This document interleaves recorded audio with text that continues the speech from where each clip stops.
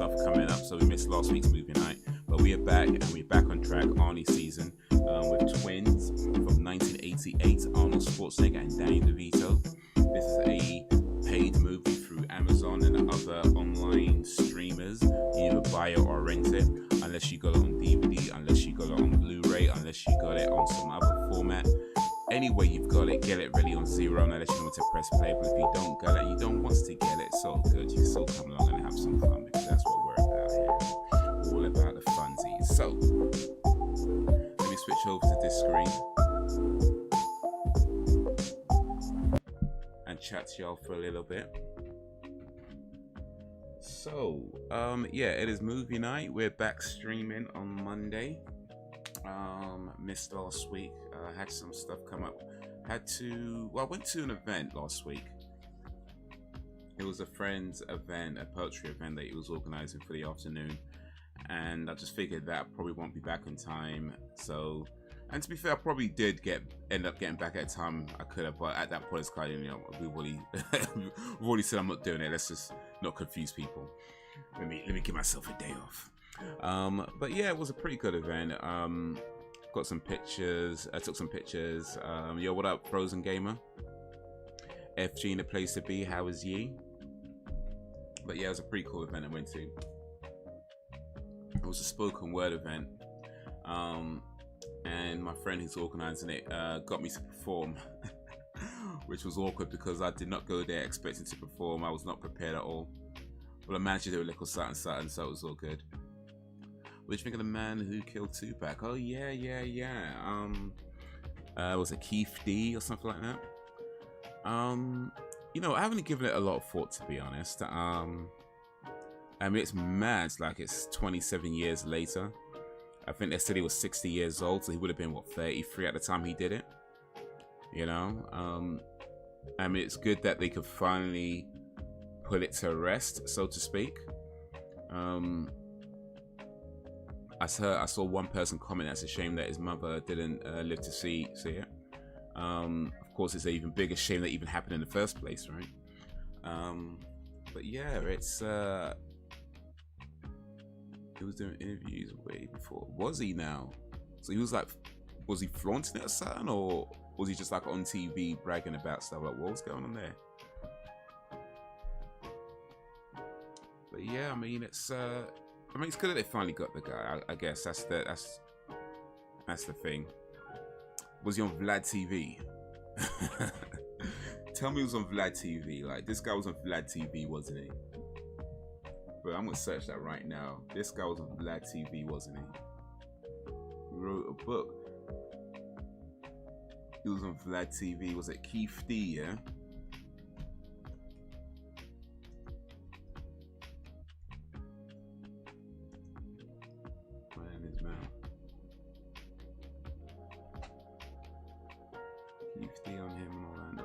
Pulling up two best cars, shots fired. But this was like 4 years ago. Some of these things were, this interview. Well, the last one was 4 months ago. Or I don't know if that's a repost or something, but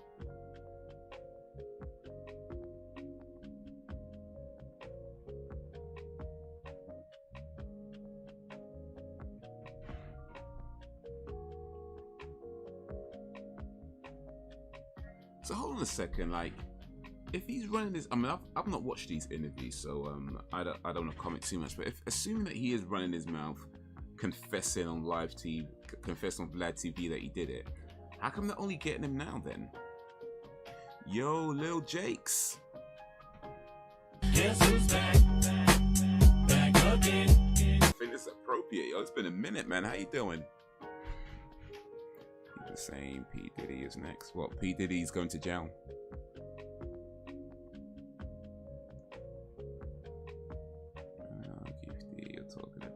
Yeah. Apparently he's been on Vlad TV running his mouth about shooting Tupac from like at least 2 months ago. I've seen one video from 2 months ago. I've not watched it, so I don't know exactly what he said, but there's a video about 2 months ago. The title is, "If I go to jail for Tupac, Reggie Wright should go for Biggie murder." Okay, so Oh, this might be an old interview actually. Oh yeah, it says it's an old interview. It's not from 2 months ago. I think it was yeah,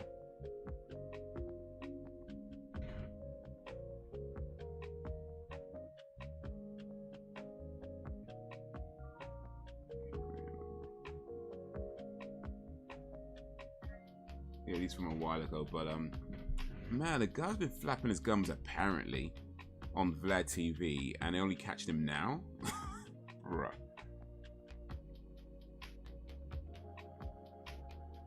Napoleon, who was also in his gang, is still alive today. Napoleon. Who's Napoleon? I don't know Napoleon. But how you been, Frozen Gamer? How's your day going? How's your day been? How you been, little Jakes? How's your day going? How's your day been?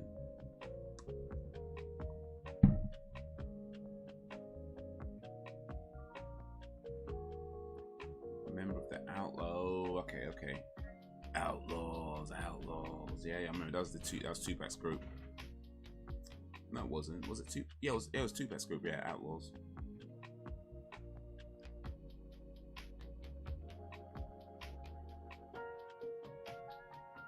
Doing great, awesome.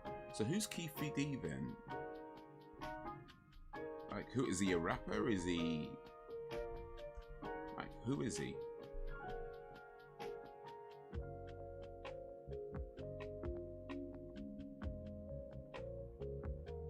Dwayne Keith D. Davis is an American member of the California-based gang known as the Southside Compton Crips, who is charged with first-degree murder.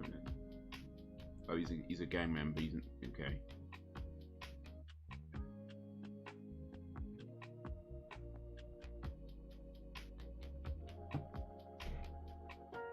He's a Crip member. Even that lady who was the host of Crime Watch, her case is still pending. Oh, I remember that one. Yeah. She was shot outside her house, wasn't it? It was like, it's been 22 years. Yeah, I remember hearing about it. It's been 22 years, man. I can't. Yeah, Jill Dando. Was it Jill Dando? I think it was Jill Dando, not Linda Dando, actually. But I think I know who you're talking about. I'm pretty sure it's Jill Dando though. Oh, unless I've got it wrong.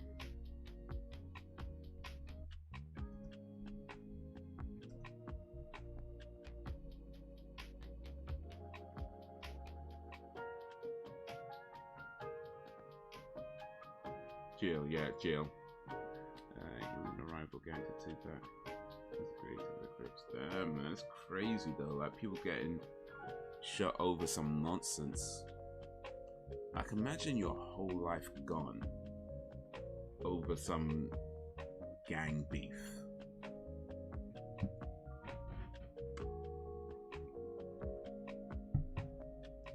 You just get married, man.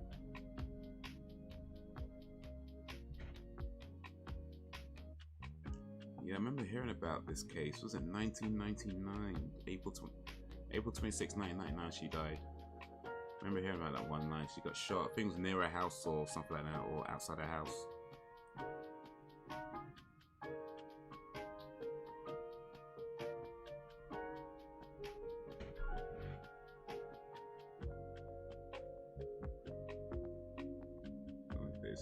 She looked older.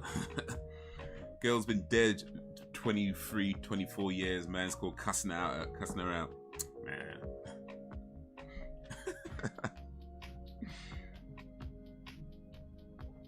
Savage.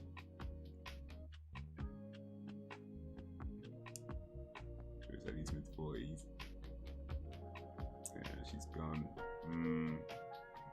But yeah, rest in peace to Jill Dando. Rest in peace to Tupac. And to the countless unnamed. Doesn't matter now. No, for sure.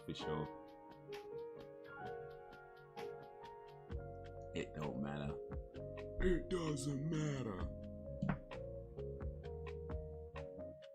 But yeah, man.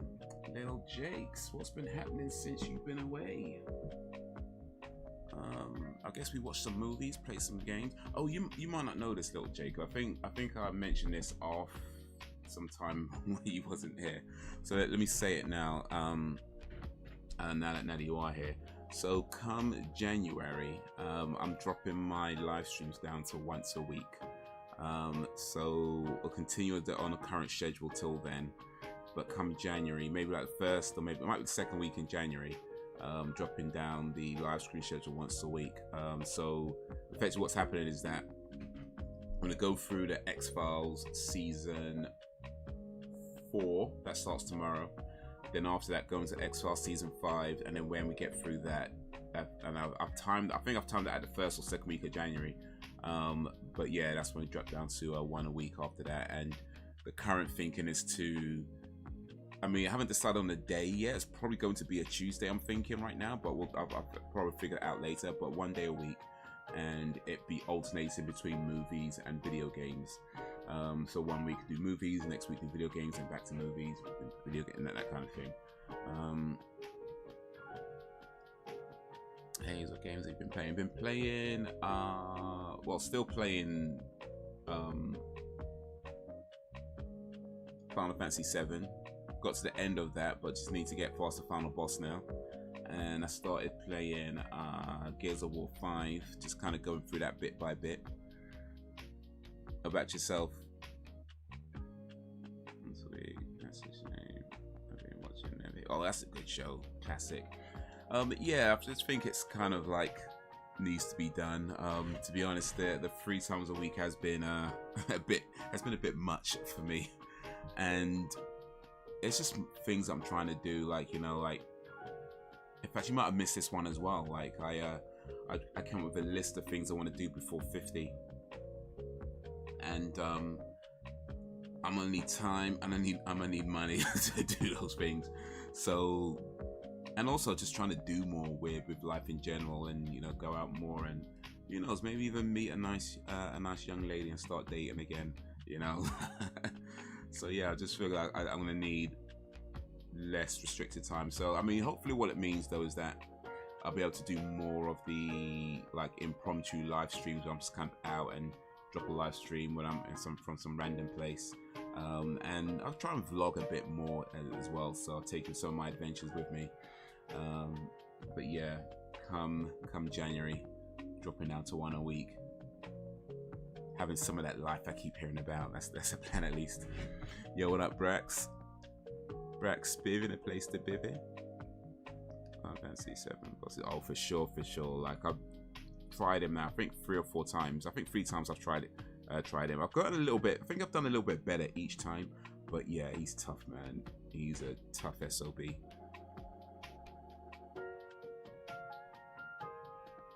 Playing Resident Evil 4, separate ways. Was that more than one way to? Okay. That's good. So you go into the bucket list. Yeah, kinda. I mean, I wouldn't strictly speaking call it a bucket list. I guess it is in that sense. I mean, I mean, I guess it's more of a cup list, you know. It's more of a cup list. It's not quite a bucket list, because bucket list is stuff you want to do before you die, right? And technically, yeah, I want to do this stuff before I die. Like, I do want to do these things before I die, technically. But more specifically, I want to try and do them before 50. And that's the main thing. God willing, if I make it that long, I want to do these things before 50. So, yeah, I guess it is sort of a bucket list in the sense that it's before dying. But yeah, ideally quite a bit before, we'll see how it goes. Into a North London derby, Tottenham versus Arsenal. Oh yeah, you support Tottenham, don't ya? You supporting the North London boys. They Tottenham to lose though. They lost to Arsenal. That's embarrassing, man. I can't lie, man. I don't watch football, but I know enough to know that if you lose to Arsenal, it's embarrassing. Yes, enjoy life, indeed. That's what I'm trying to do. I mean, I do enjoy life. But I guess there's just things that I want to do, things I want to try, things I still want to experience, and yeah, time, man. It's amazing. Nice. Who won though? It was an amazing experience, but who won? And in the draw, oh mate. Okay, it's not as embarrassing as losing, I suppose, but still. Alright, let's get this movie started, shall we? Let's get this movie started. It's Twins today from 1988, starring Arnold Schwarzenegger and Danny DeVito. I got footage of. Oh, okay. Oh, yeah. So you started posting on your channel now.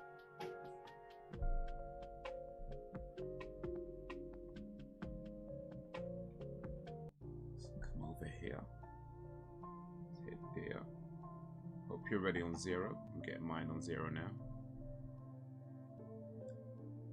Alright, if you're ready, hopefully you're ready, because we're about to go 3, 2, 1, play. So in 3, 2, 1, play. Twins from 1988. Unauthorized reproduction or distribution of this copyrighted work is illegal. You wouldn't steal a car now, would you? So why steal a DVD? Yeah, posting a few bits. Oh, nice.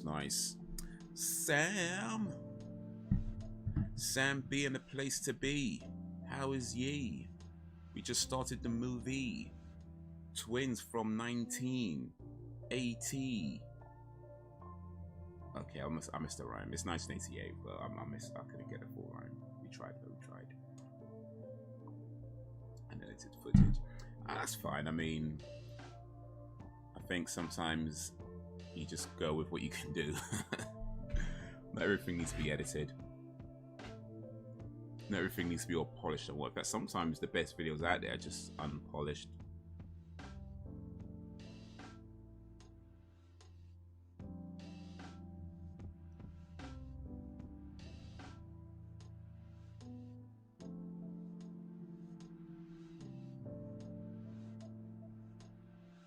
To edit, and I hear that. Alright, you. I'm doing okay, man. I'm doing okay.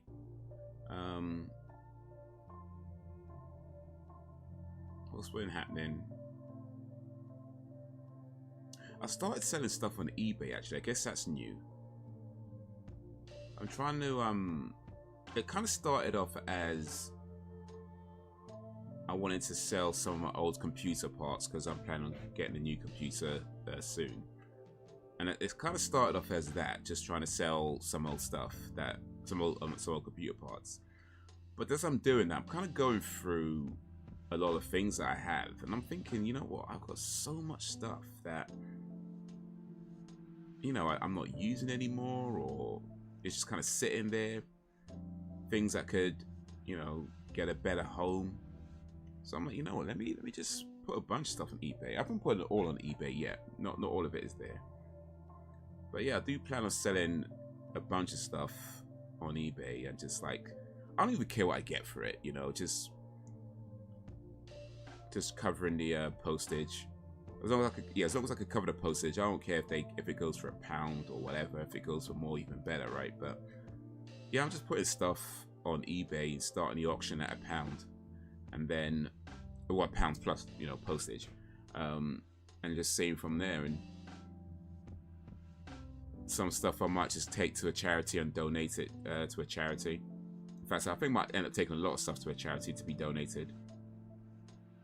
And then other stuff might just go to the recycle, you know, things that are either too broken or whatever, you know, it might just go to recycle. But yeah, I just feel like maybe it's about time that I cleared out a bunch of stuff, you know. Just, it's not good to hoard, you know what I mean? It's not good to hoard. So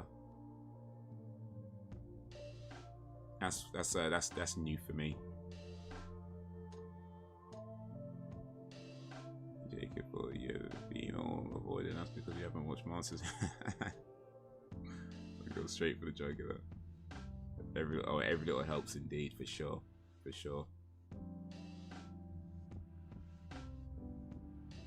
you think I finally watched it?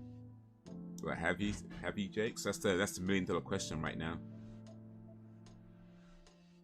I think the last time he was in the chat was at least 3 or 4 weeks ago, right? Maybe even more.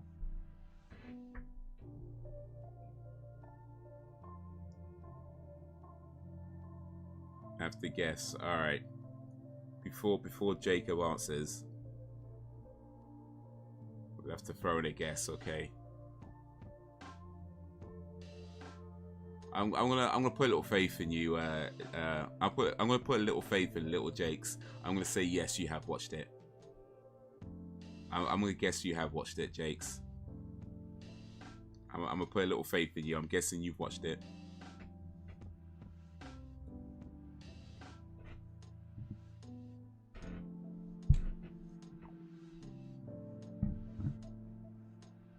So did I guess right?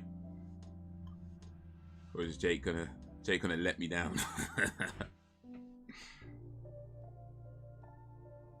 Ask me a random question about the movie. Okay.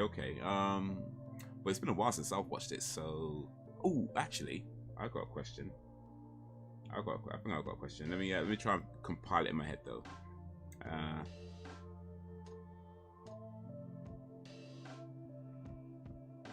What did? Oh, what's her name? Was it Anna? What did Anna see?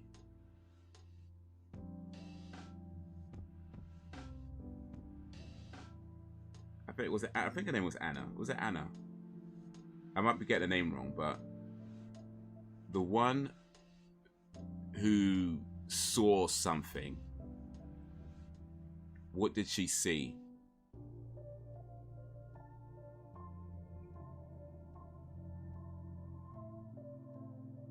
It was Anna. Cool. I have no idea, sorry. What is that? Is that you have no idea because you forgot what she saw? You have no idea because it's a trick question? Or you have no idea because you just didn't watch it? Oh, you didn't watch it, there you go.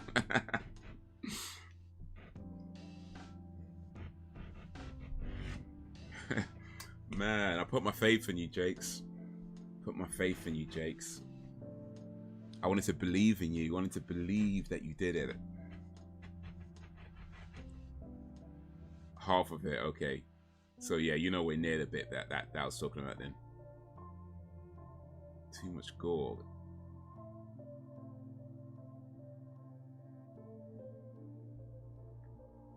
I mean, it's no more gore than...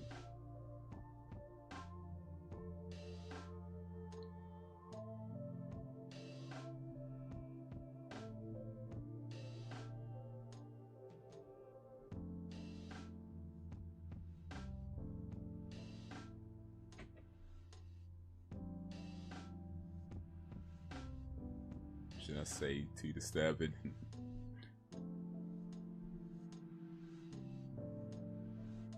See, Jacob, this is why I don't put faith in people. Man, Sam was right to not trust you, man. Jacob. Oh, not that bad.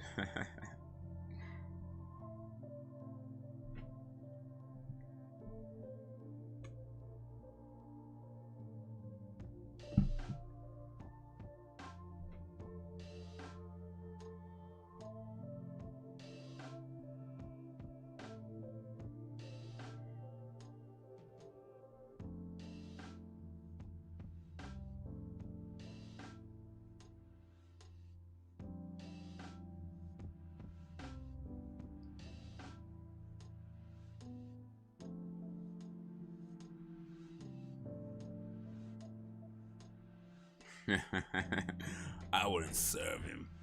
I've got so many movies I need to get around to watching, but so little time.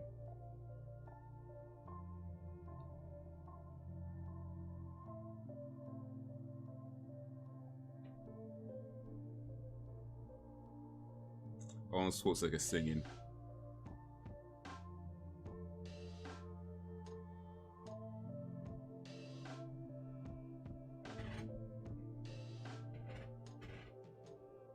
Yakety yak, don't hold back. Oh, I'm improving. Actually, yeah, posted for series. Yeah, man, that's so cool, man. I'm gonna have to check that out. Actually, let me make sure I set me a reminder to check that. Yeah, I see you got some short clips up from about a week ago.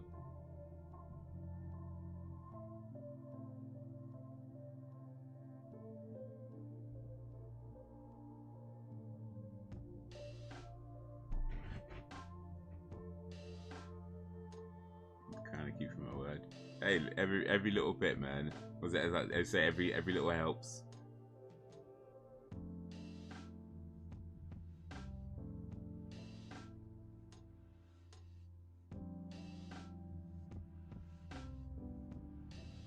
You want that bad, Jacob?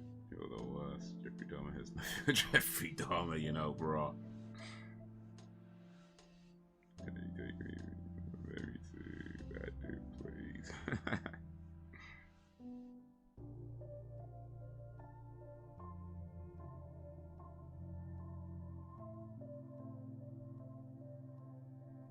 Actually, I don't know. Did Jeffrey Dahmer keep his promises though? Like, I'm not sure he did.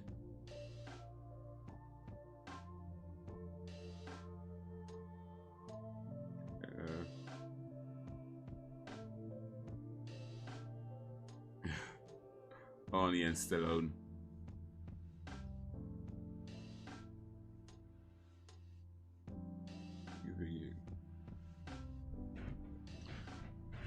Well, I mean, it's kind of a compliment when you think about it, Jakes. Like, Jeffrey Dahmer was a charming guy, you know? So, that's a compliment, right?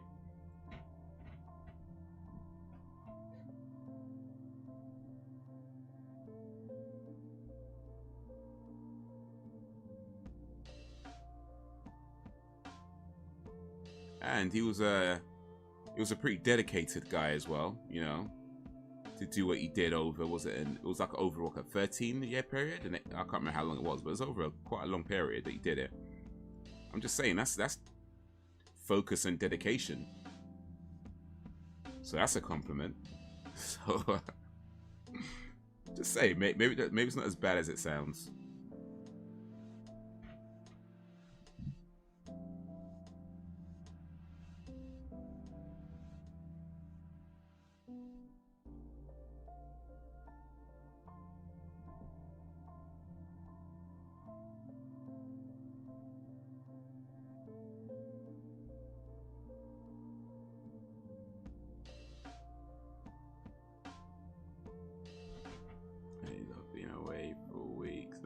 Day back, I get attacked like this. You sure know how to make a brother feel welcome.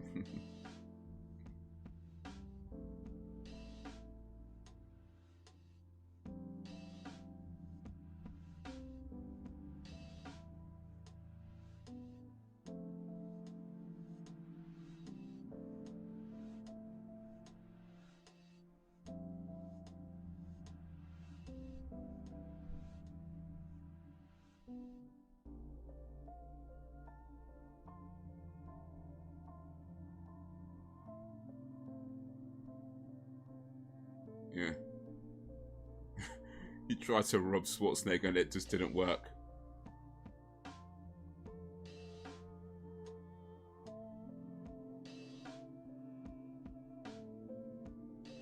I did nothing. The pavement was his enemy.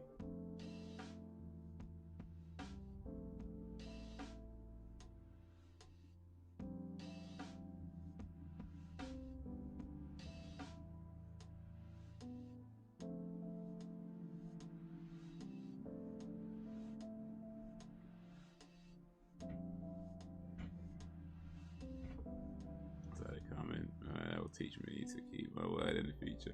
Well, indeed. Comes from place of Jacob. Love and disappointment.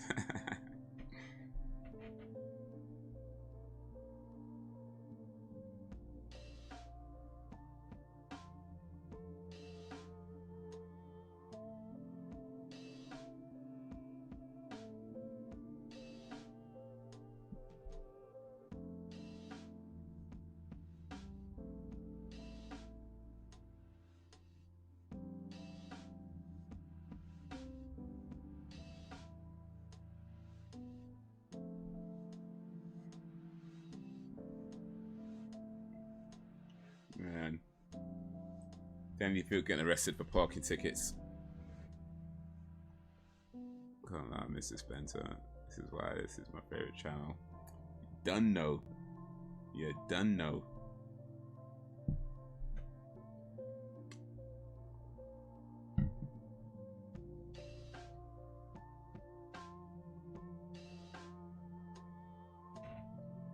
This village is something special for sure.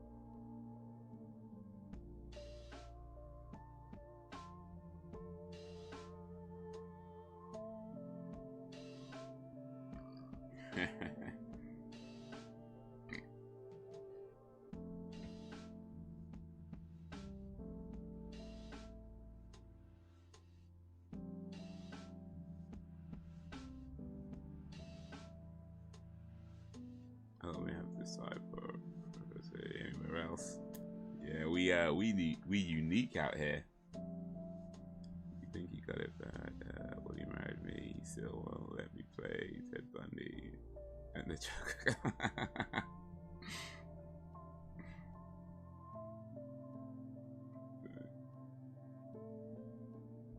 want to be Ted.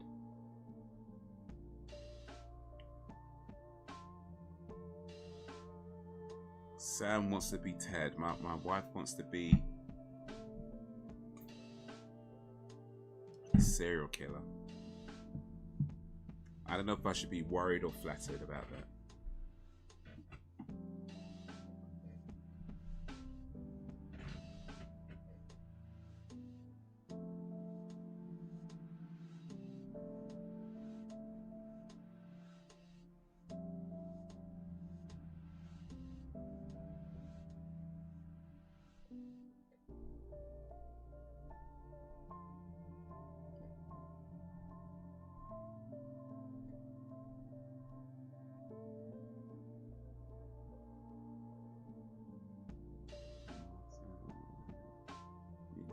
Well, that's for sure.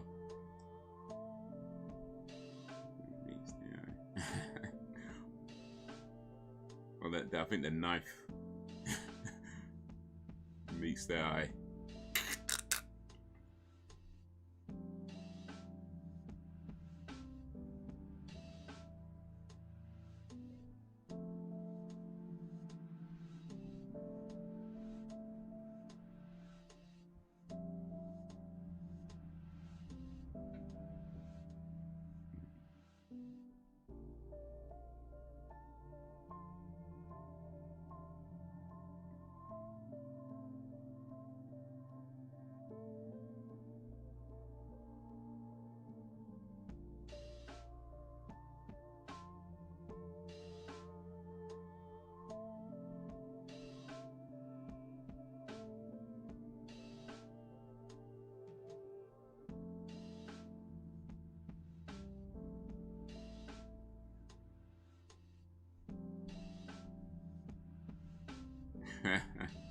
Imagine like Arnold Schwarzenegger turning up, telling you that he's your twin brother.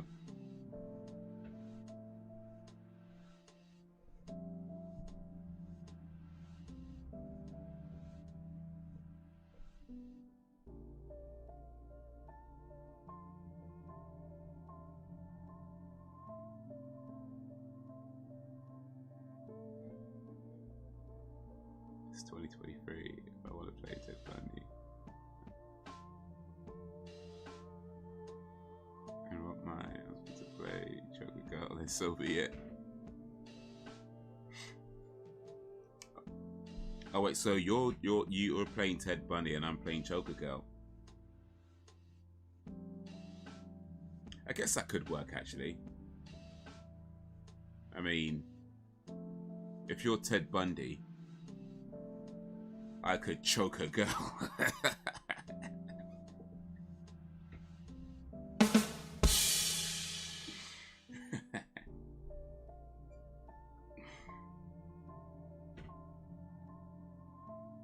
Not that I would choke a girl, of course. You know, respectful.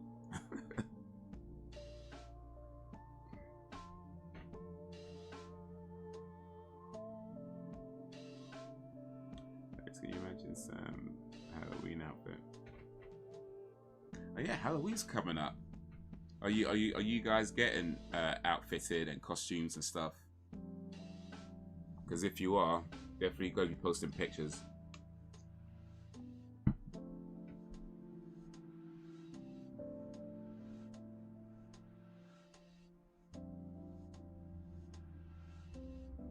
I want to see all the outfits.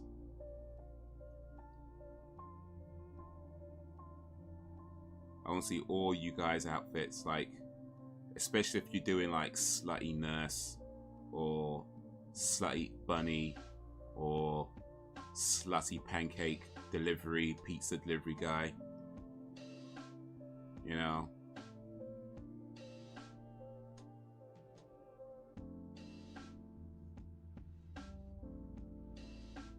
And of course, you know, whatever Sam wants to wear, right?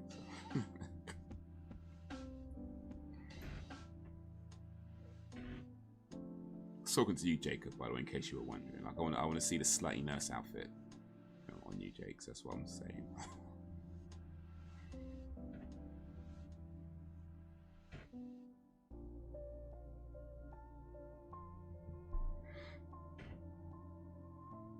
And address is OJ Simpson bra. You just need a glove, really. You just need the glove, the one leather glove. For your dead wife. 32 Buffalo Bills jersey off eBay.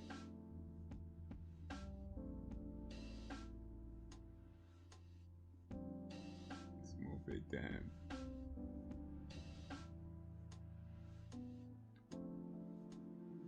Well, I guess if Sam's playing, if you're playing dressing up as OJ Simpson, Sam's playing the dead wife. I guess I could be the what's it, the dead boyfriend guy.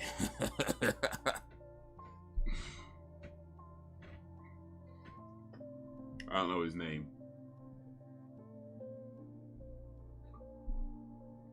I play that guy.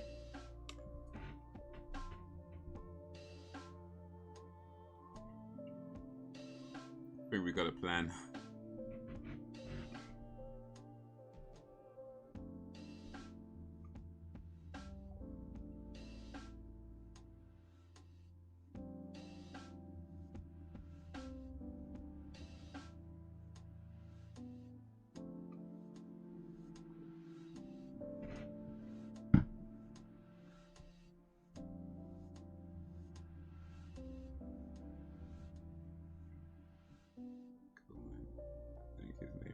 Goldman. Okay, cool. I'm Goldman.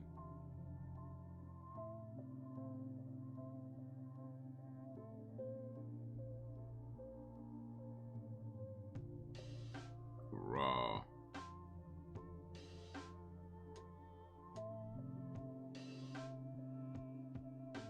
Road Warriors. One leg, big boob sorted. Wait, who's got the fake boobs? Oh, blood. Right, okay. So wait, so no fake boobs? Okay. Nah, I got all excited. Got all excited as a damn typing error, like, man.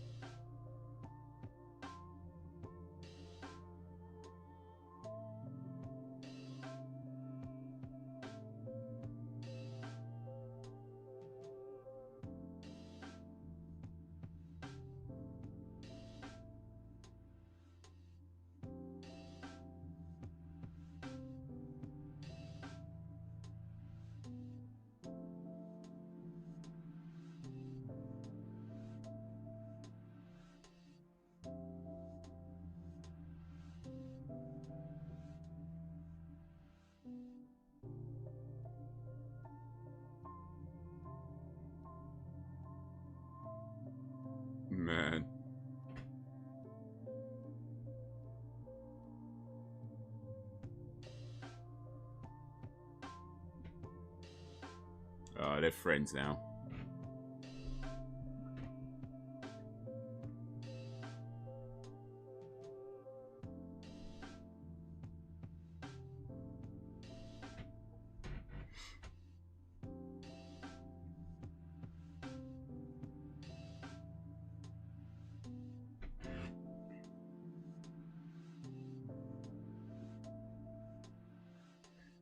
If Jacob thinks I'm morbid, that's not morbid, it's fun.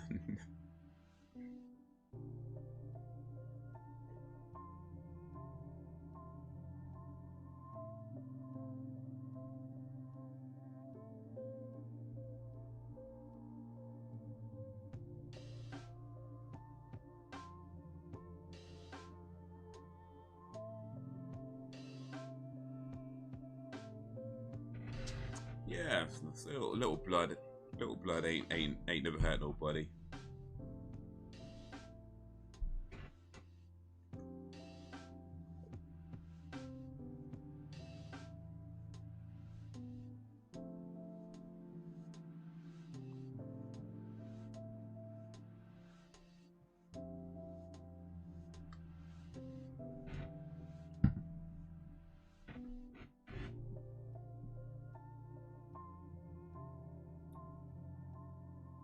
Maybe my humor can be a little dark sometimes. There ain't nothing wrong with that. A little dark humor. I mean, some of my favorite comedians are black guys, right? So there's nothing wrong with that. No, nothing wrong with dark humor. Oh, mate.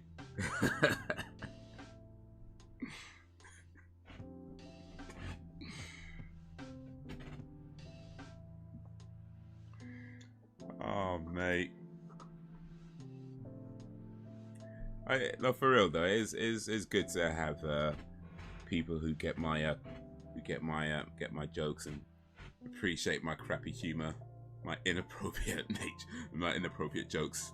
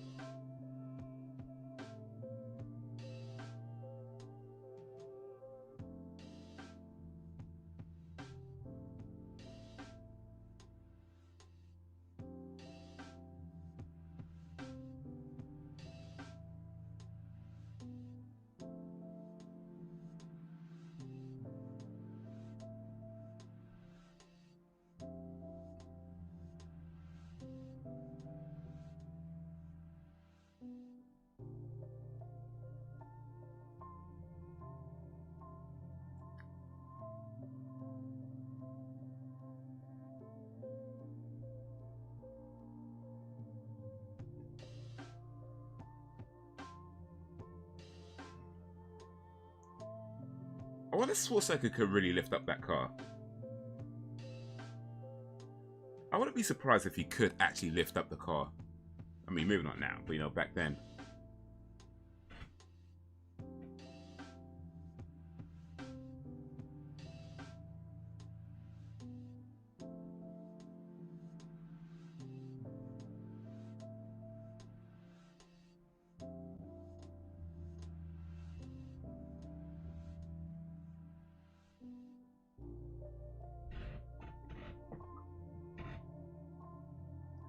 You're in good company here. We like dark and inappropriate. Dark and inappropriate, huh? Mm-hmm. Dark and inappropriate. Mm-hmm.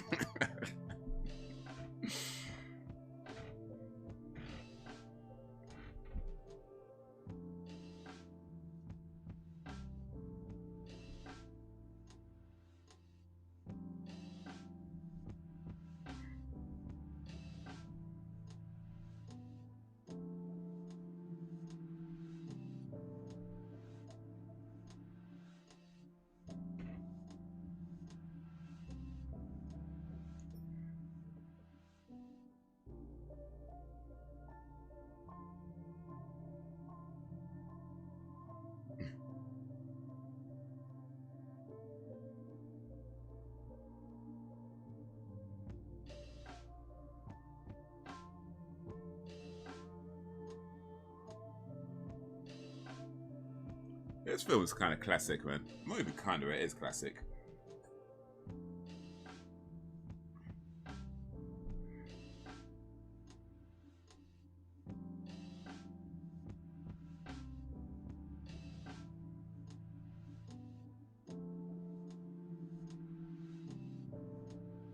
Can I help you, please?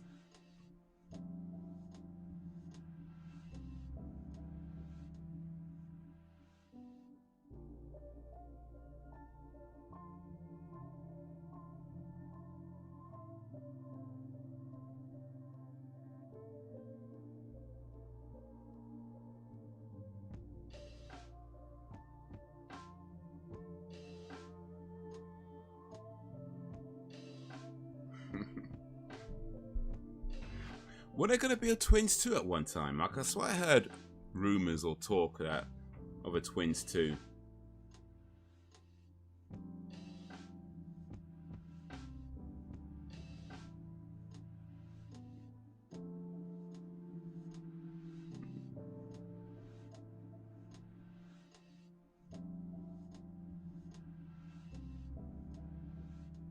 Yeah, that was not Schwarzenegger in a car.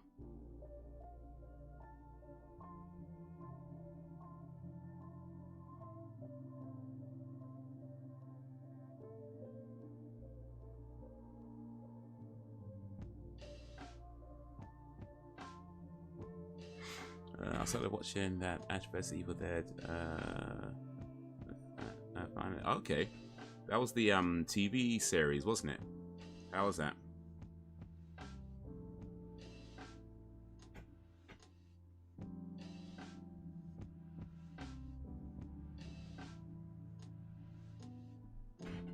Speaking of shows, I did finish watching The Walking Dead season 6 recently.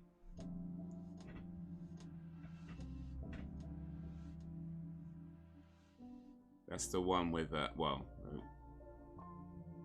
it ends on a cliffhanger. I mean, I know what happens because I've seen season 7, but still, the way it ends was eesh. Right, actually, I'm only on episode.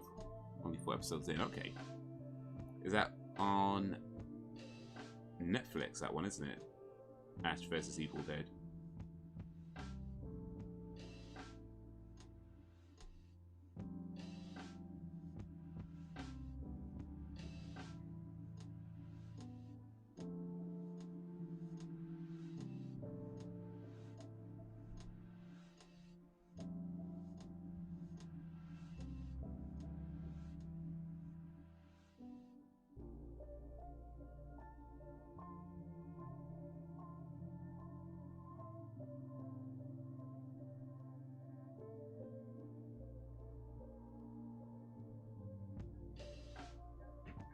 Season 6 is probably my favorite season. Netflix, yeah.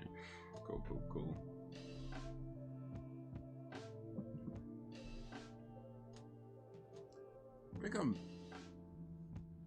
I mean, I've watched some of the Evil Dead movies, but I feel like I probably haven't watched them for such a long time. The Ash vs Evil Dead, didn't that get cancelled or something, or?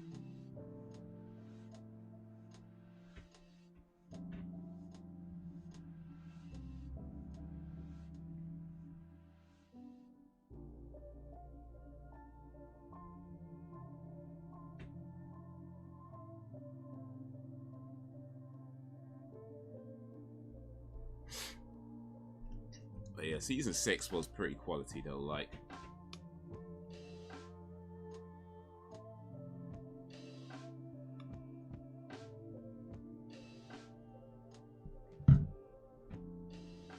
I liked what they did with Morgan's character, because the whole thing about not wanting to kill and finding out why,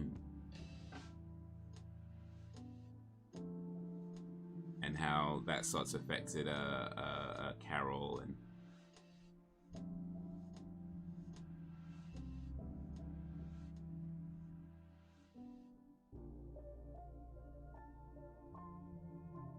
and also just going from the whole thing with the Alexandra and how that kind of came undone and then they deal with the hilltops, but then Negan. Oof.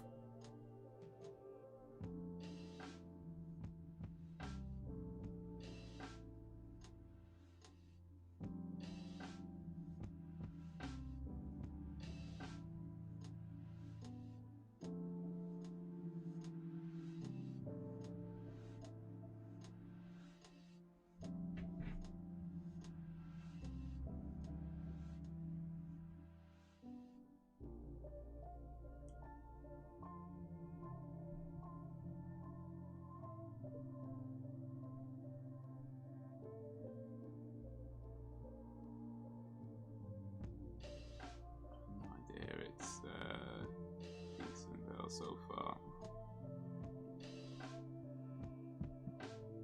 Let me see the finale. Oh, one of my favorite episodes.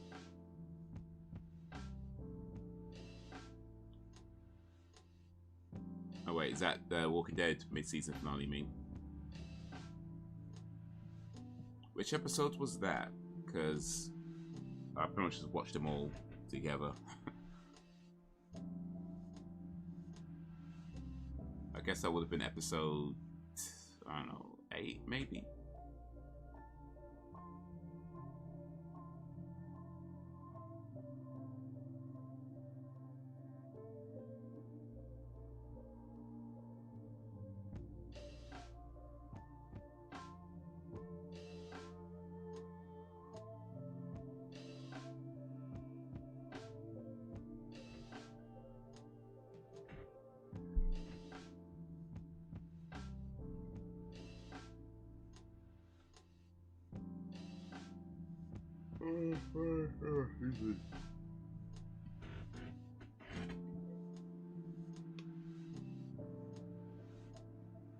Yeah.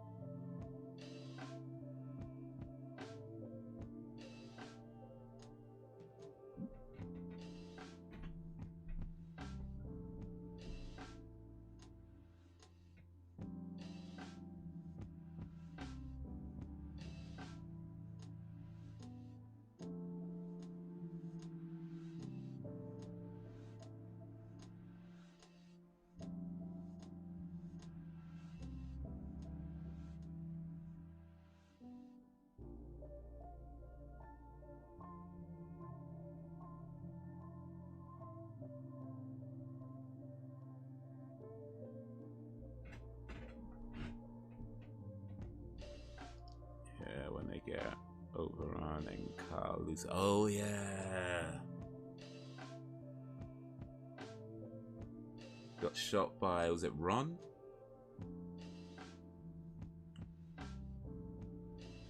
Yeah, Ron was an interesting character because he didn't like his dad, but it's like that was his dad. And I feel like I kind of get it, you know, that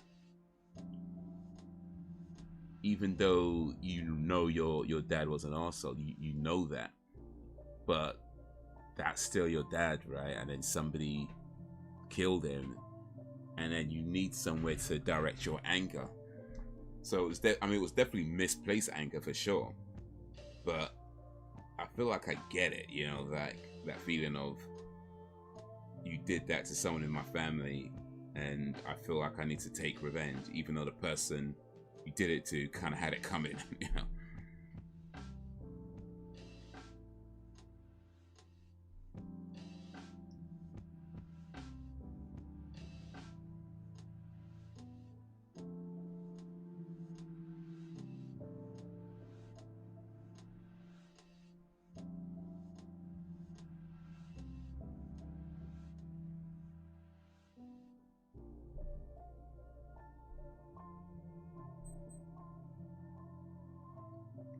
Sad to see Jessie go.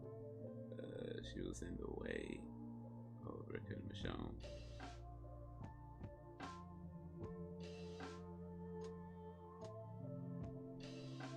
Guess who's back again.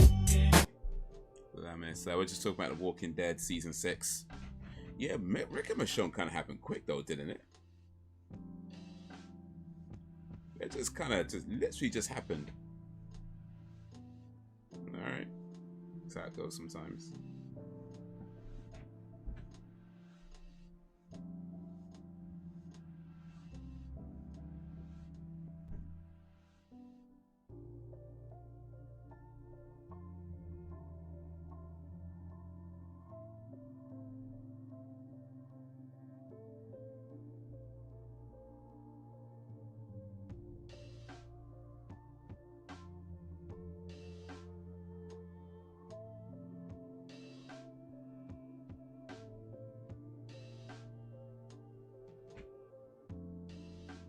Great show, no, indeed.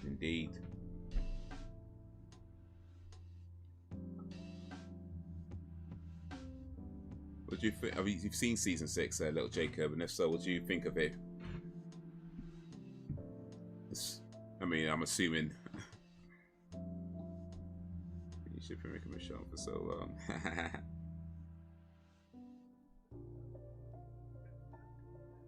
Rick and Michonne sitting in a tree. I mean, to be fair, they kind of get each other though, right?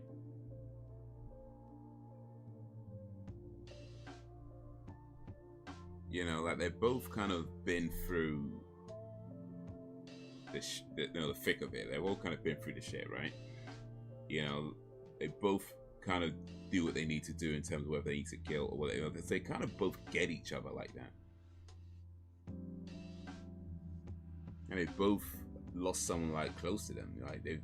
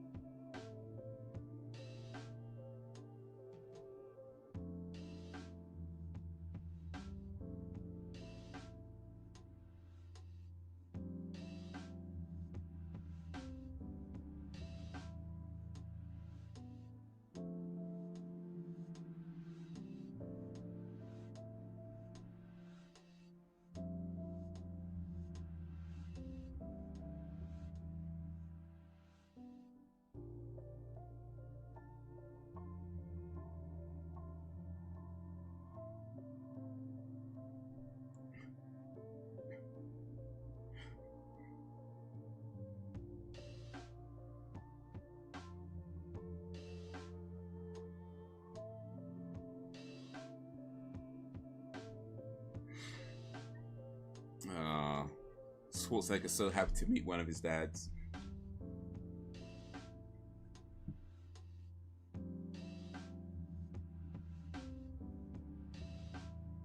Cassette tapes, you know.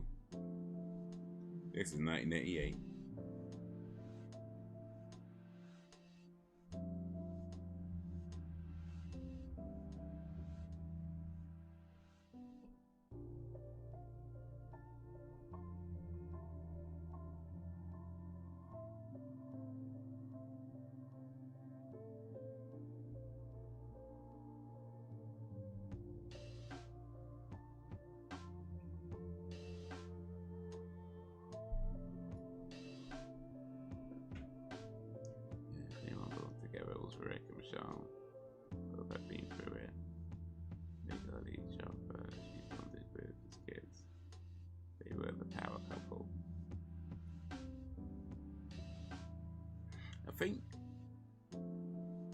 If I remember correctly,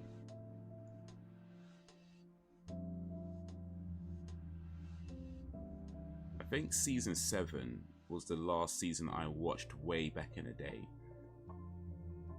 So I remember the ending of this season, and I remember how season 7 how the next season started.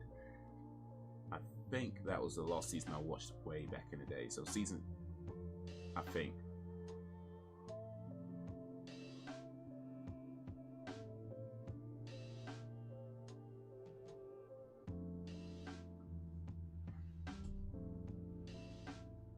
I don't remember what happens with Rick and Michonne. I think I know what eventually happens to Rick though. Like, I believe somebody spoiled it, but maybe they're wrong, or maybe I misheard. So yeah, I don't need it confirmed.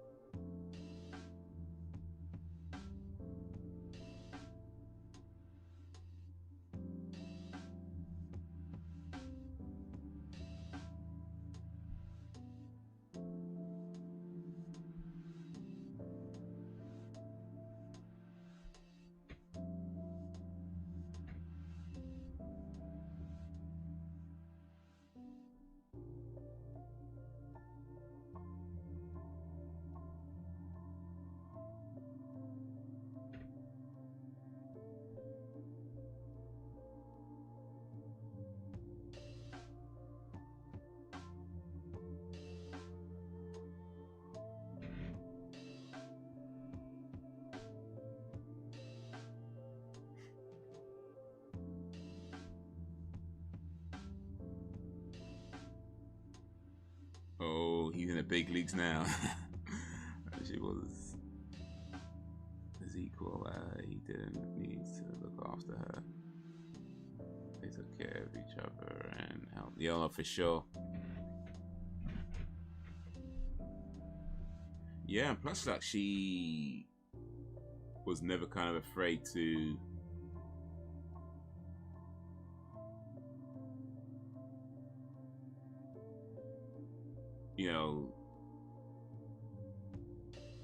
let him know what's up. Like, when they got to Alexandra, she wasn't afraid to, like, knock him out that time.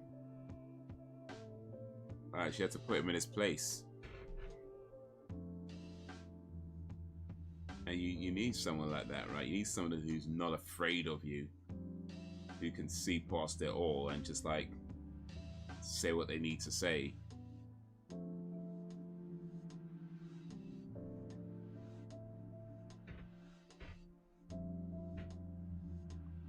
Those two harder than I did Ross and Rachel. We were on a break.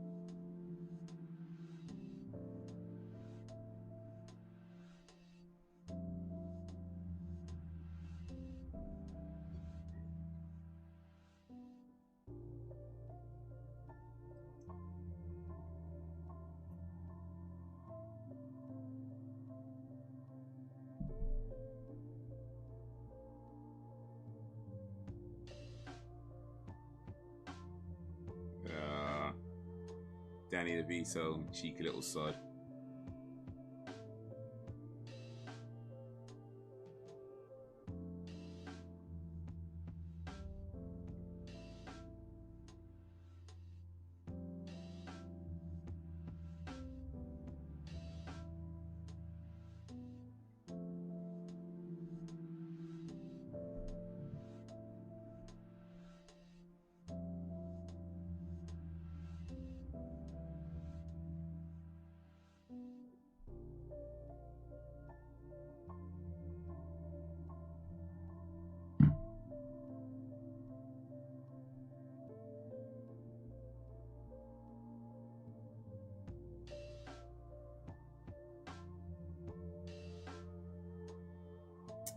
Danny DeVito treating his girl like trash.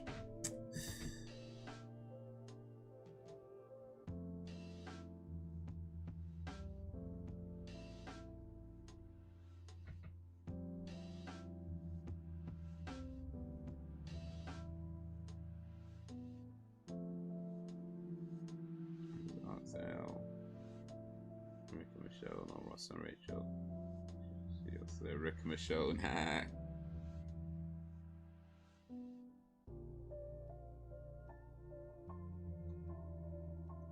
Well, Rick and Michelle could, like, you know, keep you alive.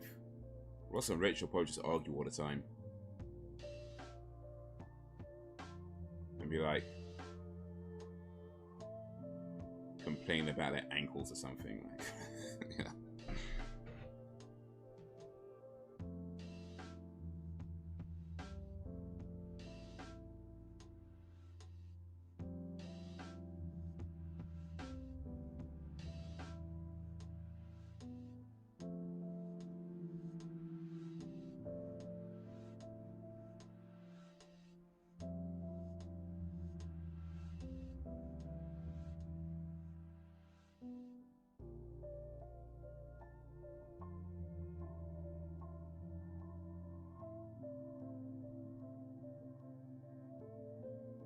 You gotta leave that car door open.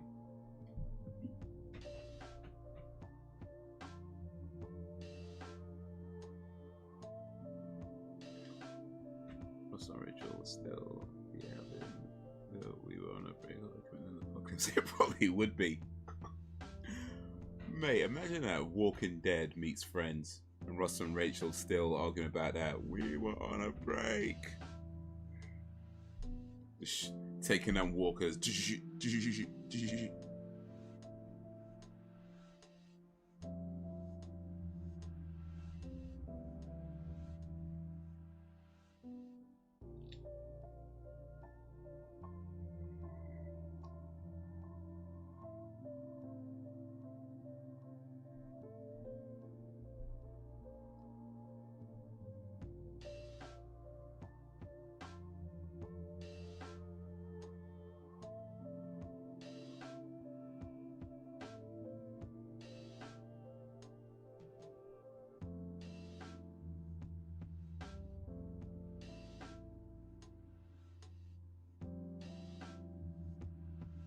Oh, she's ready.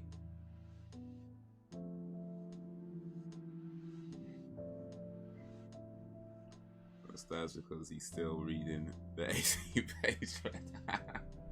Yo, man, remember that? Yeah. Run them back. Small print. Was it? Oh, this, yeah.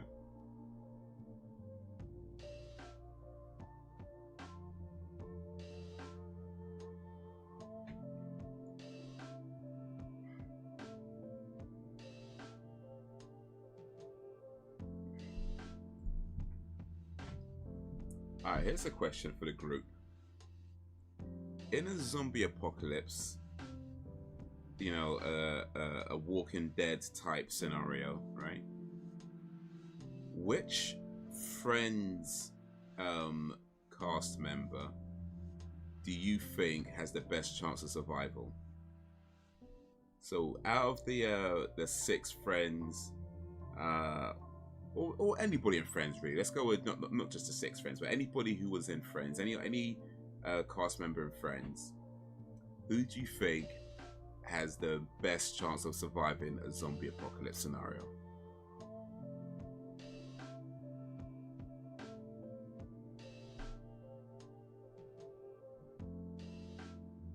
I'm gonna go with Monica. Okay, interesting. I was gonna go with Phoebe Buffet. But yeah, Monica, I could see that actually. You know, she's athletic, very driven, very particular, and that, you know, not wasteful at all, you know. And you're gonna need those skills. Yeah, no, I can see that, Monica, yeah. But I went with Phoebe because I feel like Phoebe's the one that's most likely to just do anything she needs to do. Like, she may not like enjoy it and may not necessarily want to do it, but I feel like when it comes down to it, she's the one to do what she needs to do to get to the next day. Remember, she was on the streets. Like, Phoebe was actually on the streets, so you know, she's a tough girl. A lot tougher than her current homely image might portray.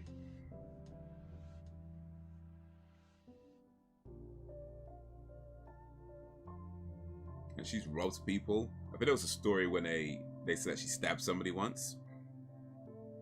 So yeah, I feel like Phoebe's the one to do it, you know. But yeah, Monica, I can see that. I can see Monica.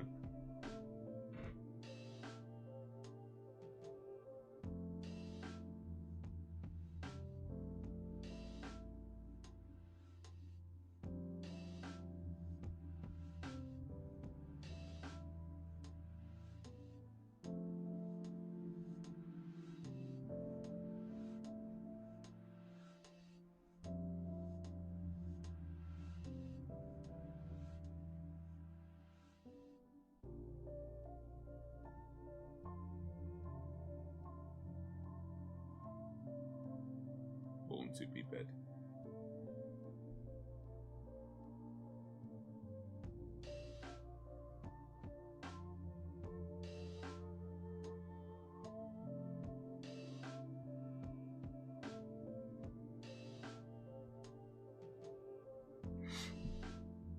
Also, Monica can cook. You definitely want her on you. Yes, that's important.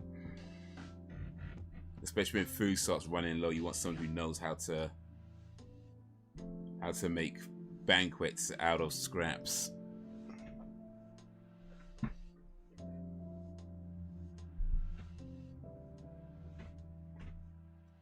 How about the guys? Which one of the guys do you think would most likely survive a zombie apocalypse?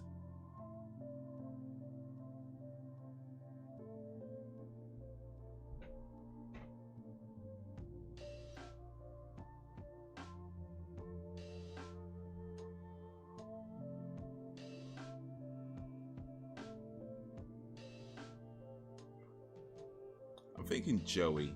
I mean, to be honest, I'm not sure any of them would survive it, but I'm thinking Joey's probably the most likely to survive.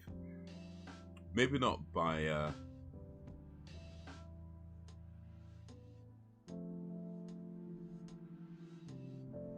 think like Ross and Chandler would definitely be amongst the first to go. And Joey, just because he's a little bit tougher, he might survive that little bit longer. But I think in the end, I don't think any of them survive. Joey might last the longest, but I'm not sure he.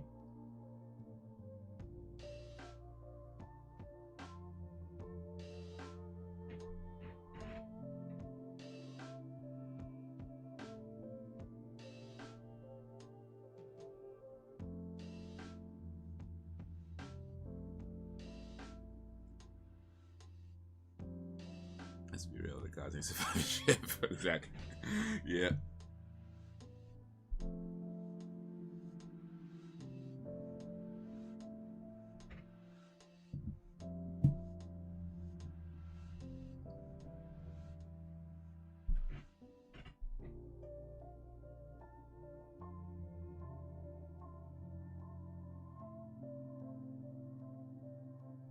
Oh, this guy's a scumbag.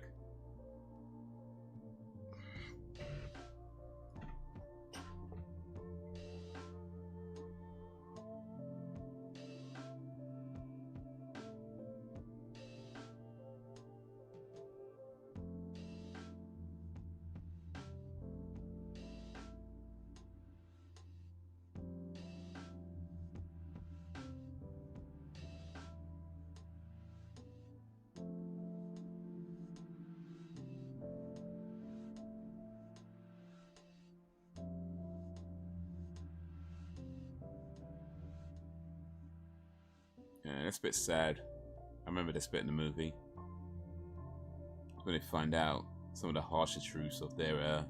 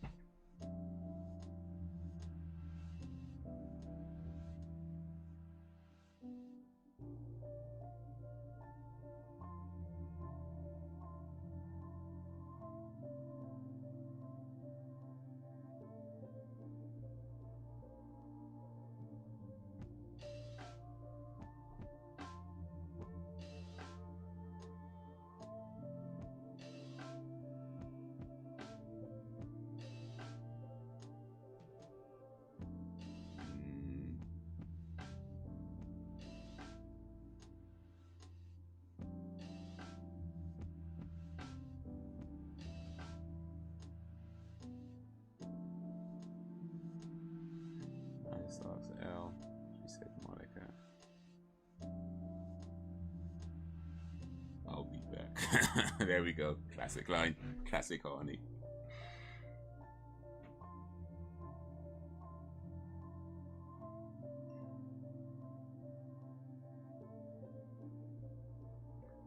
Now, she said Monica. She is the old land mapped out.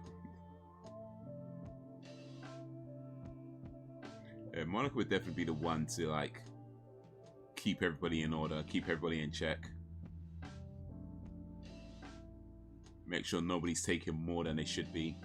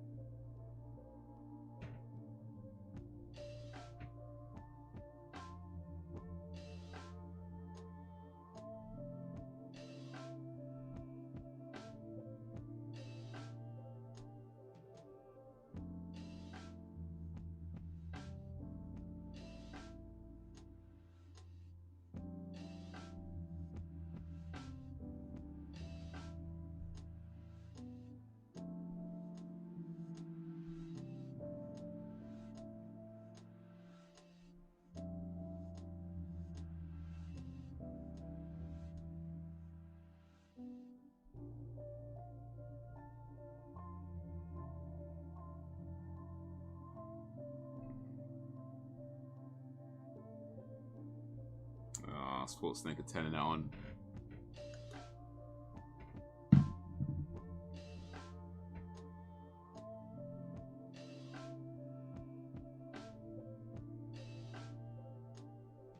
Michael's probably wasted in friends, but in The Walking Dead. Let's go! Yeah, that's what's missing The Walking Dead. We need Monica.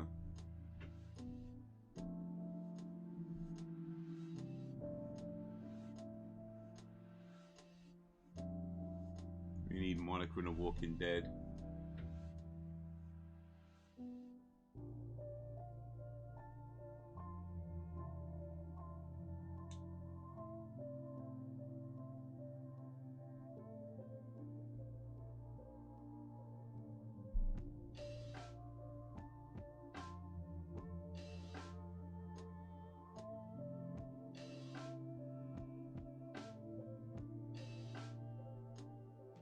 Here's a DVD cover.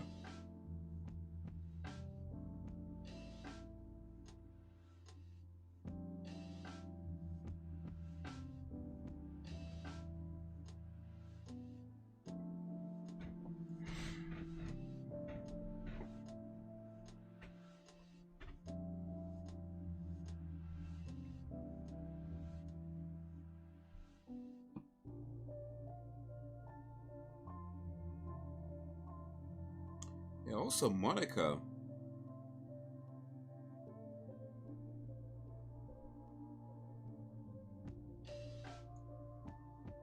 Like, she used to fight with her brother. Granted, Ross isn't, you know, whatever, but she used to fight with her brother. Her older brother at that.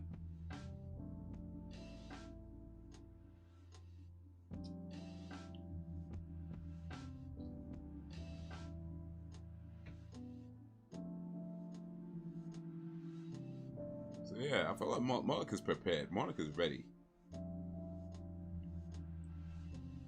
I think if Monica was in The Walking Dead, I mean, I think she'll probably survive to at least season 8. At least, like, I feel like she can get past Negan. She'll survive past Negan, at least.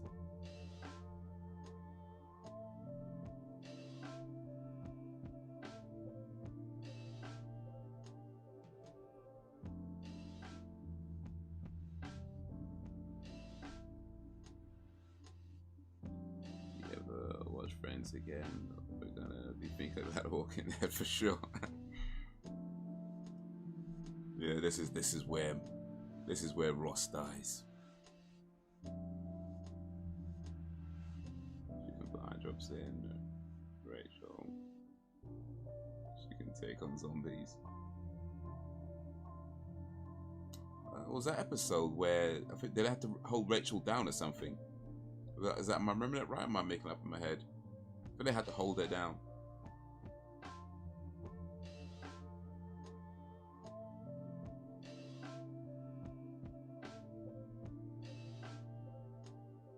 How long's Rachel surviving the zombie apocalypse? Is she making it past season 1? Remember, season 1 was only 6 episodes as well, so do you reckon Rachel makes it past season 1? Does she make it to season 2?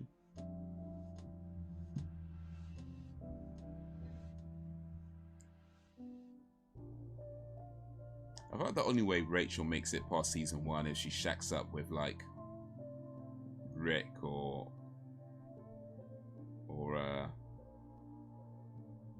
Shane or something. You know, maybe Glenn.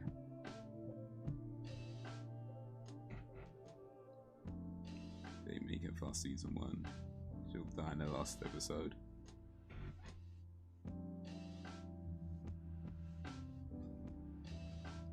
But to be fair, I mean, Andrea made it past season 1, and she was kind of a... Well, she wasn't quite like Rachel, but...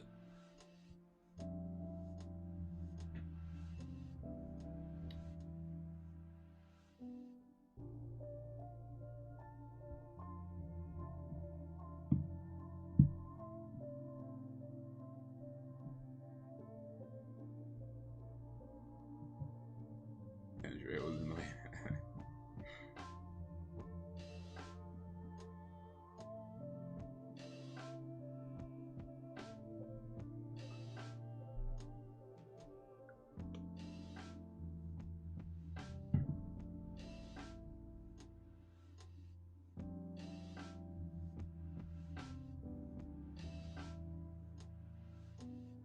Yeah, Andrea wanted to like blow up herself in that building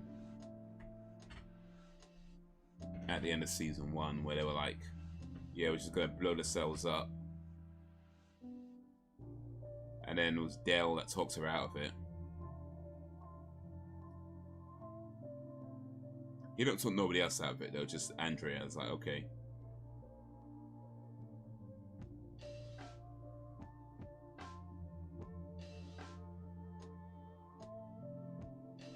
Yeah, you don't care about nobody else. Just Andrea.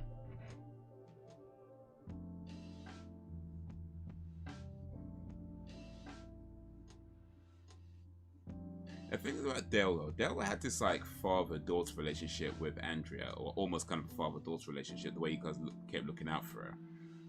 But it never was really clear, at least not that I can remember. I don't think they've ever really made it clear as to why. You know, like, it just kind of like was there that there's this father-daughter relationship, but it's not really clear why he feels so close to her. It's like, who is she to him? You know what I mean? There's never really...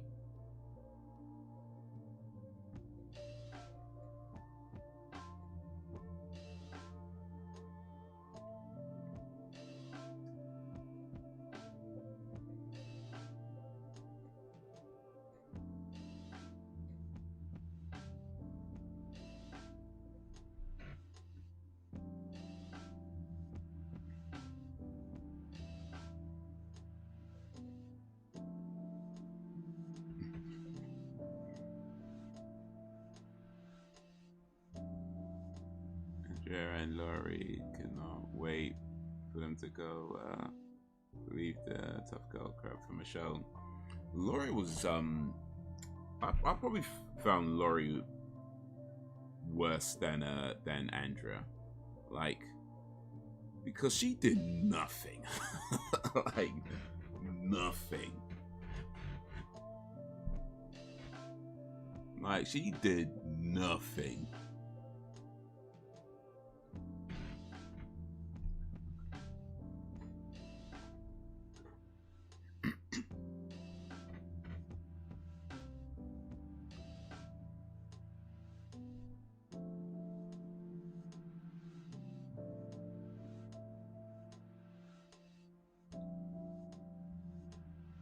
Neither of them use soap.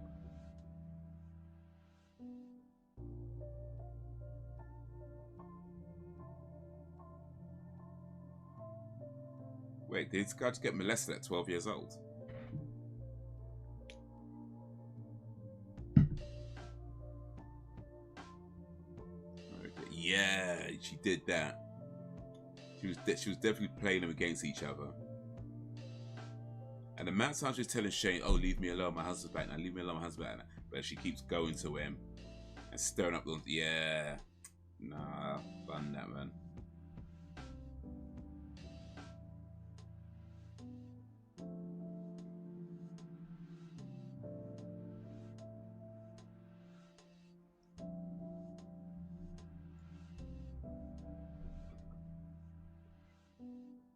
Yeah, nah, Laurie was a bitch. For sure, for sure.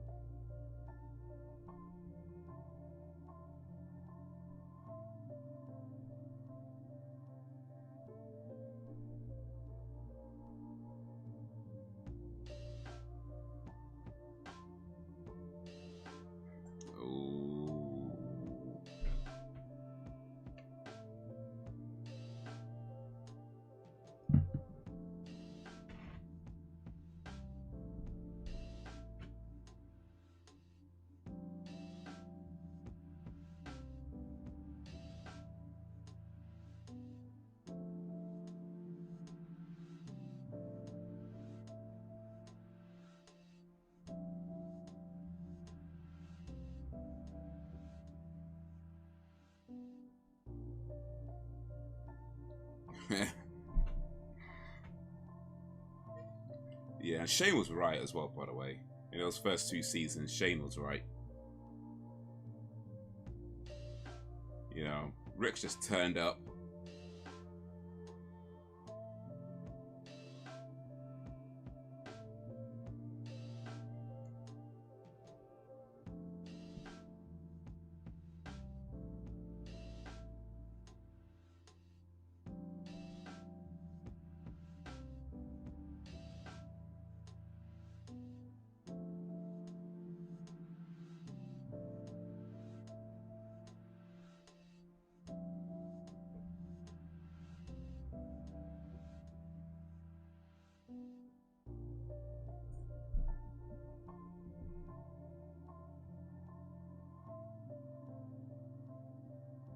Goes off the husband's best friend anyway.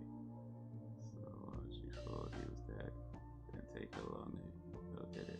Yeah, that's the thing as well. They don't really specify how long it's been since Rick was in a hospital and, you know, Laurie kind of moved on. But it doesn't seem, at least based on what they say, it doesn't seem like it was very long. You know, like I get the impression it was like weeks, like maybe even less than a month. You know, that's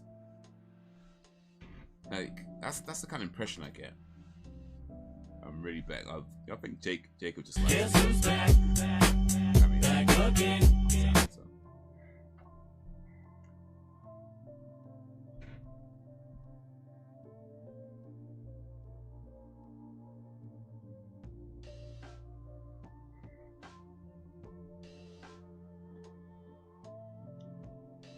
Oh, she got that ass. Jacob just likes Eminem.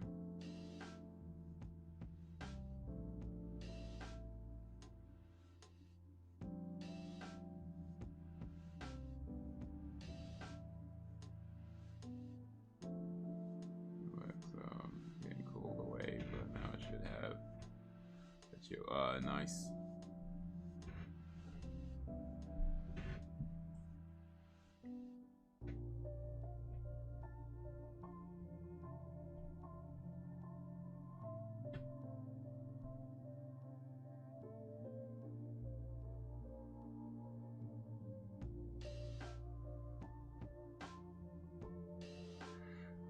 Sam is always having a dig.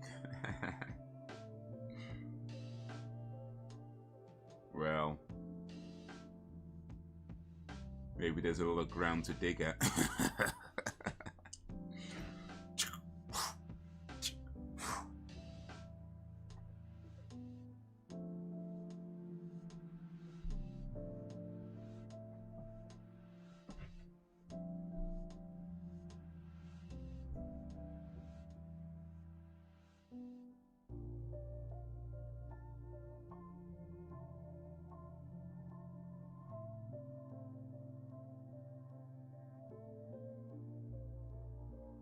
Be on my guard around this lady.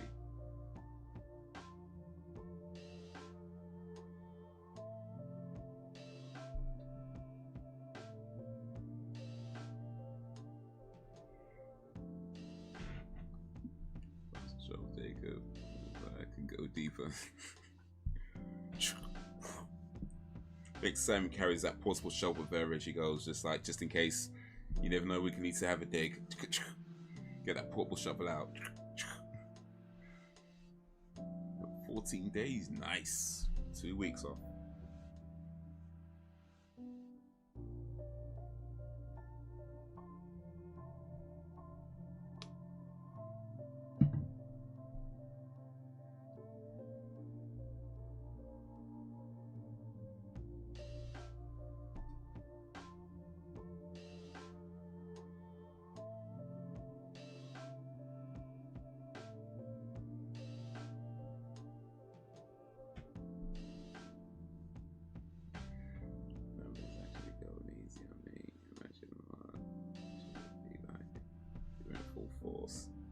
Well, pray you never find out.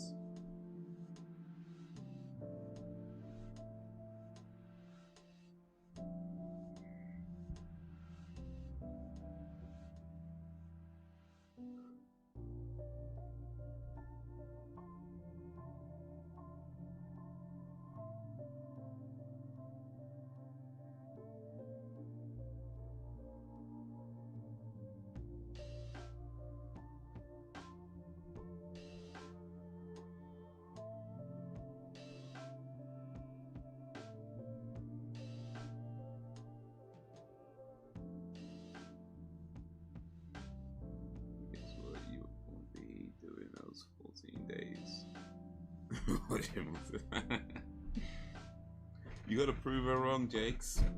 I have faith in you. I know you let me down before, Jakes, but I have faith in you. I still have faith in you. You can do this. You gotta prove Sam wrong. If for no other reason, if for no other reason, you gotta prove Sam wrong. You gotta power through it, man. Watch it and just power through it.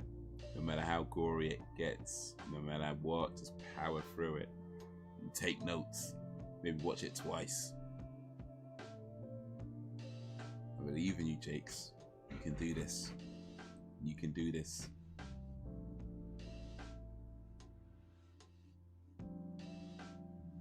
How was your guys' weekend?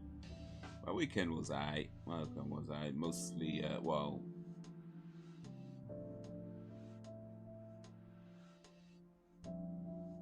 mostly doing some driving work and that kind of thing, and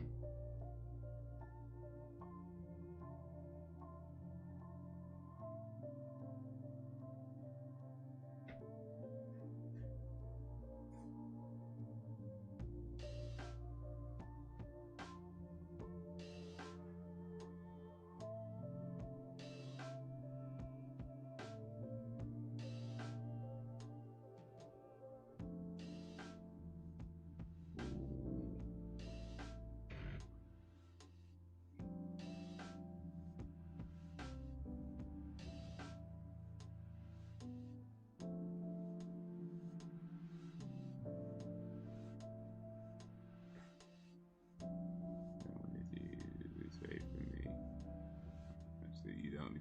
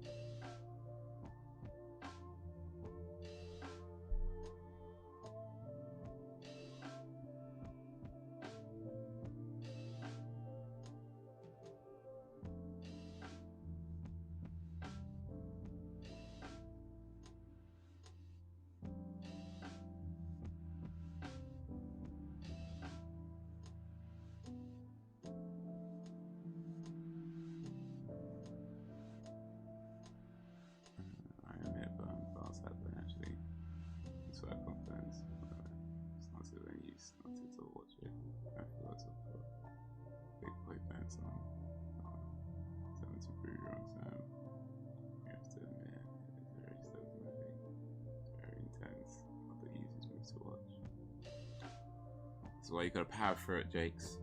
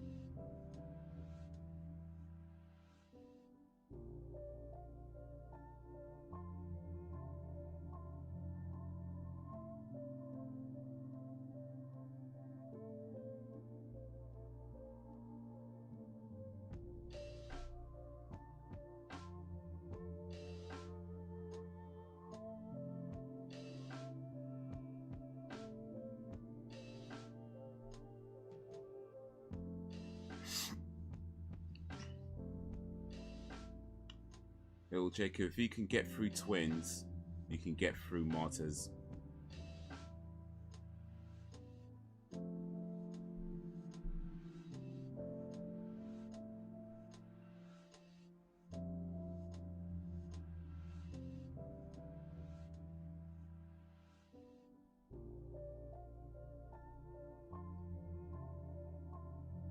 You want to do up there?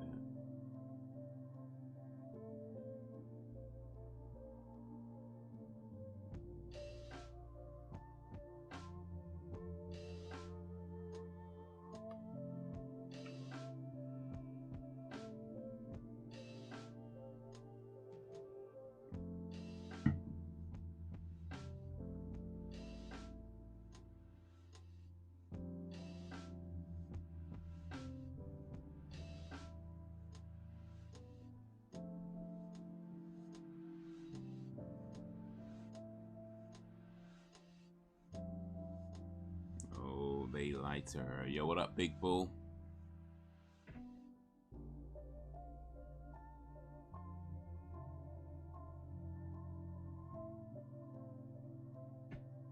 Prove me wrong, these are driving false, and so be it. I want you to prove me wrong. I'll even buy you a new pair of big boy pants from Primark. Well, Primarks are the best big boy pants, so that's not even a bad thing.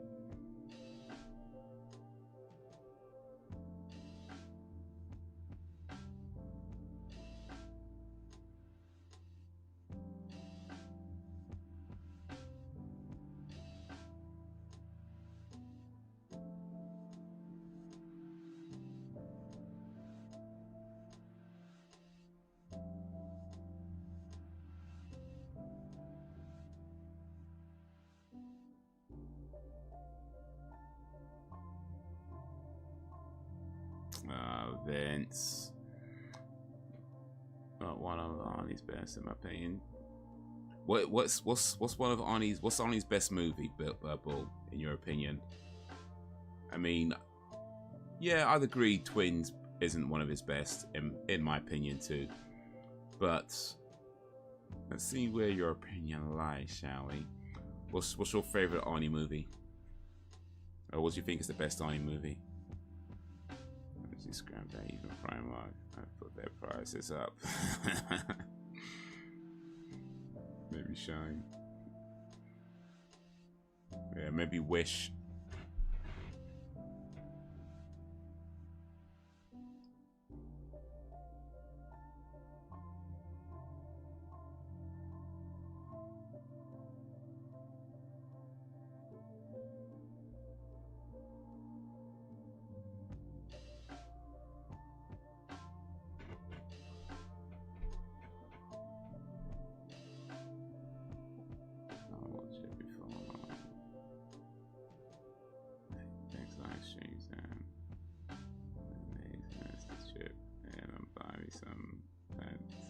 Gucci, raw. That just went up real quick.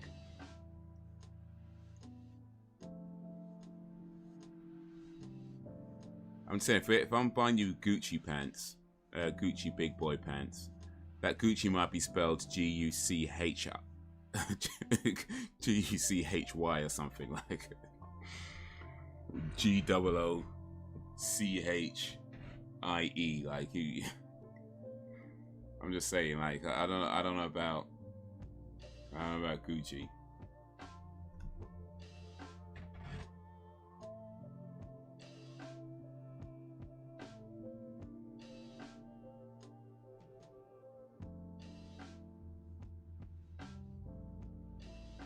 Two for the $5.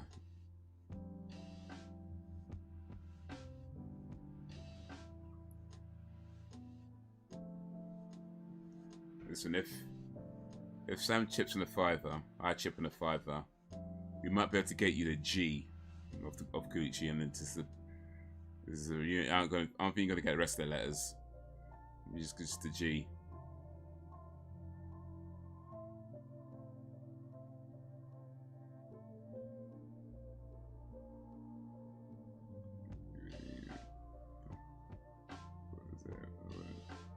Hey, zips are expensive though. Like I had a pair of, well, I've got a pair of trousers, and I wanted to get. They were sweatpants, like you know, to go jogging or whatever in, right? And I wanted to get a zip fix on the pocket. It cost me. It was like £17 to get a zip fixed. £17 to get a zip fixed on a pair of trousers. So yeah, I'm just saying, zips are expensive. I think I probably paid about £20 for the for those sweatpants altogether. Like the total, like patrons probably about 20 quid, and it cost me 17 to get the zip fix. I was like, man, I should have just bought a new pair. Should have just bought a new pair.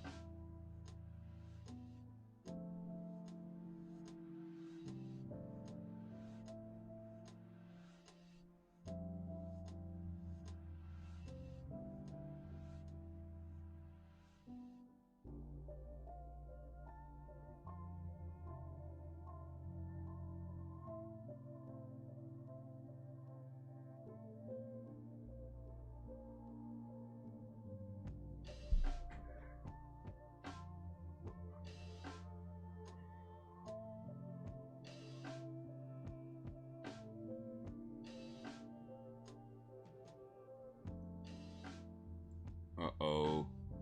You're in trouble now. Better get out of there, Danny. Mr. G, it's all nice. I really appreciate it. I don't even wear my marks. Oh, Jacob's just stunting us right now. Man, I don't even wear Primark just to sit around my house. Alright. I'm literally wearing Primark to sit around my house right now. Not even joking. Primark.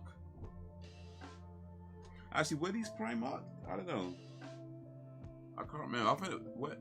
No, even worse than Primark. It was oh, what's that place called? They're not even open no more. They closed down. Like I think like a couple of years back, they closed down. Peacocks. That's it. Yeah, Peacocks. Basically, Primark. I mean, so Peacocks was like the cheap version of Primark. Back when Primark, you know, put their price. Back before Primark put their prices up. Peacocks was like the cheap version of Primark. And that's where I got these from. That's where I got these from, Peacocks.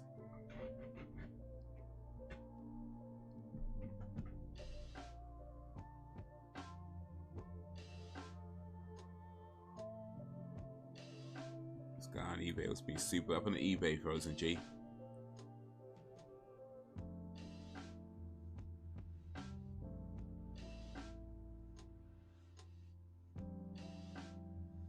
Oh. 175 for dear loan.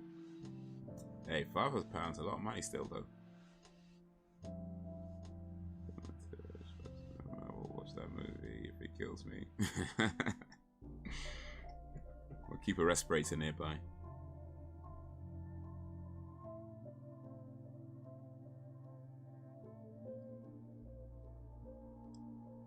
There's a snob. I'm wearing my Primark PJs right now. Hey, Primark is lit though. Primark is lit. Paul Smith pajamas around my house. You wear pajamas?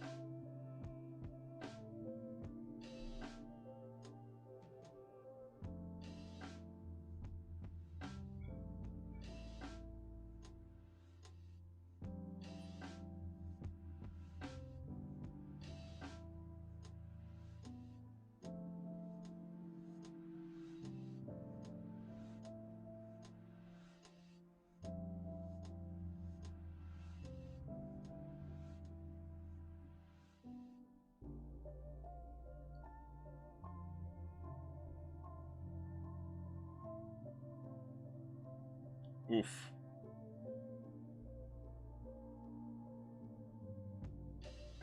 Far too council stay for designer. This guy on eBay, so stupid. He had a product on eBay for £184 or best offer, and I asked him best offer, and he said 200. He started calling me autistic. Oh, why is he calling it? That's unnecessary.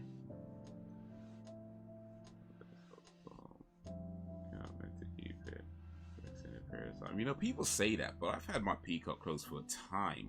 Like I said, Peacock's like a cheap version of Primark, and I've got Primark clothes. Here's the thing, though. I think if you know what you're using it for, it's not a problem. Like, you can't buy clothes from Peacocks or Primark or any places like that and try to do anything to... Oh, what did I just do? I just started something. I don't want to do that. No, you can't buy clothes from places like that, from these sort of budget stores, and expect it to last a long time. If you're using it probably, if you're just wearing a shirt, you know, like if you buy like I've got like t-shirts and stuff like that, And back when I was working in the office, I had like some shirts, like dress shirts, and just stuff like that. Like if you're not doing anything too extreme with it, then yeah, they'll last just plenty fine. They'll last just plenty fine. Like I'd say if you plan on doing sports with it, probably best to avoid it. You know, go a bit higher end, or even like shoes to wear to if you need to go out. You know, like walking shoes. You know, maybe you want to go a little bit more upmarket in those cases. But just general stuff around that house, yeah, places like Peacock, Primark are fine.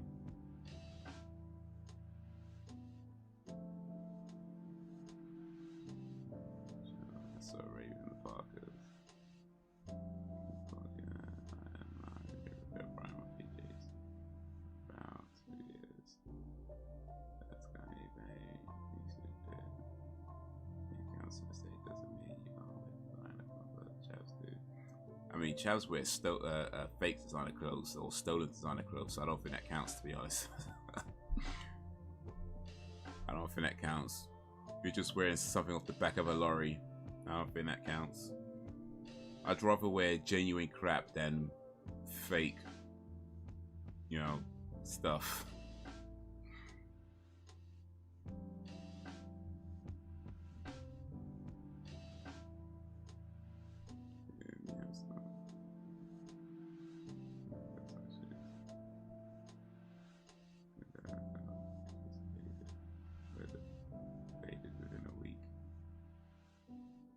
Yeah, but if you're only wearing them to bed, like, you know what I mean? It's like, yeah, the color's gonna fade, but it's like,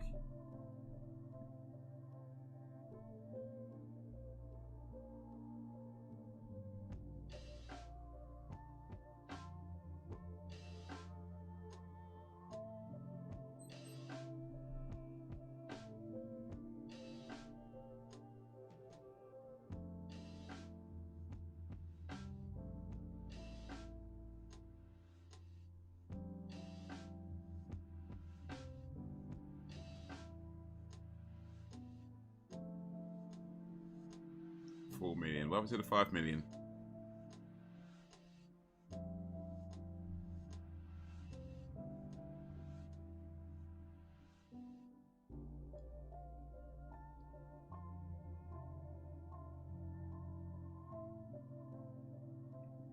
Green and the color has some faded, maybe a little bit.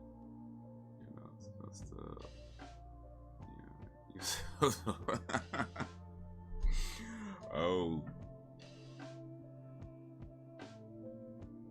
Who's taking digs now, huh? The tables has turned. The diggy has become the digger.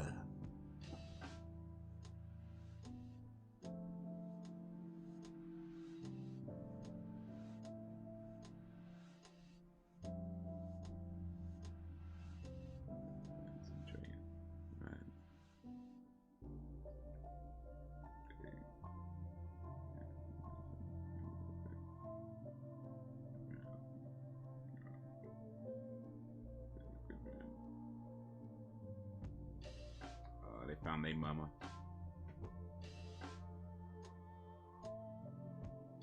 Yeah, that guy on eBay, Frozen Game, I'll pay him no mind. I mean, people say stupid stuff just to be stupid. It's like, I just don't. That's a potential customer he's lost.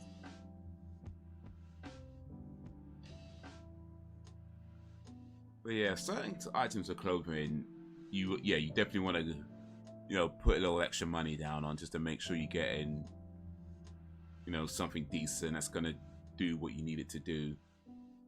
But yeah, stuff to wear around the house or out to the shops, whatever. I'm good with Primark.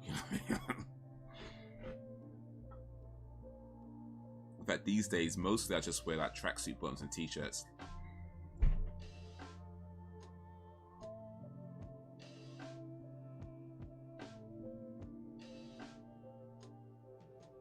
Clothes are expensive. Oh, they can be. If you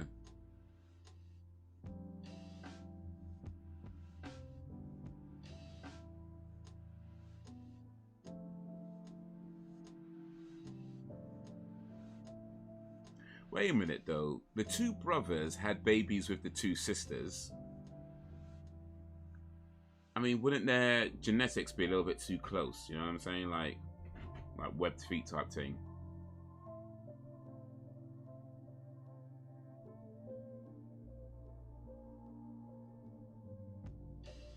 Actually, no, that doesn't make sense. Never mind, never mind. I thought about that. It doesn't make sense.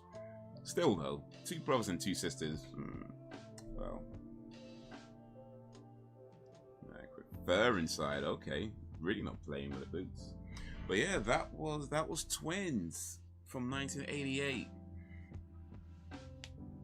I like that movie. I haven't seen it for a long ass time. That's a good one. Next week, by the way, because we missed movie night last week. We were supposed to watch Class Act last week. Not Class Act, sorry. Cool as Ice last week. But as we didn't, that's next week now. So next week it's Cool as Ice.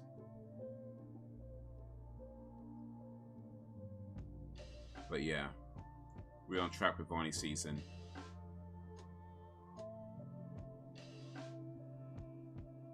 Alright, let me switch over to this screen now.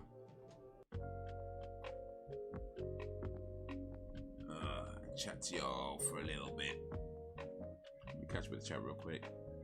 Honestly, I wear football jerseys around the house and Nike jokers. Yep.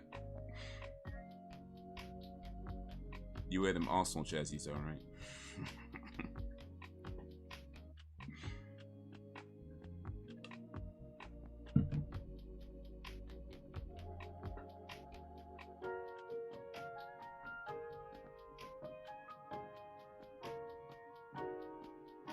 Zan's trainers. The quality wasn't great. Zan's, is that like fake Vans or something? Like, Zan's. Oh, yeah, heels or anything like that. It's my dogs or trainers, that's it.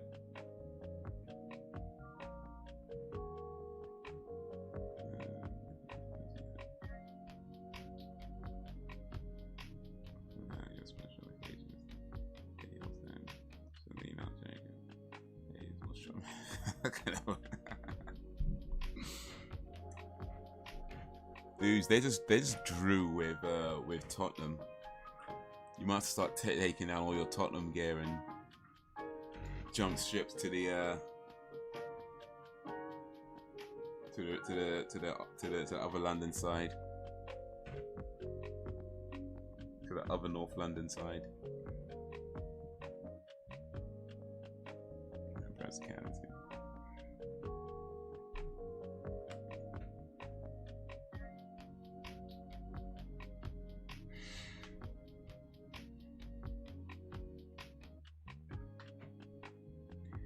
Hills, from what I understand,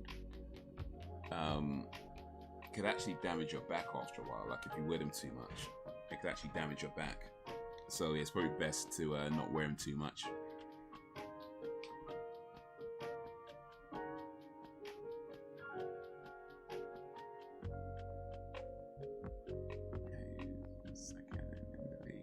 Second, who's first?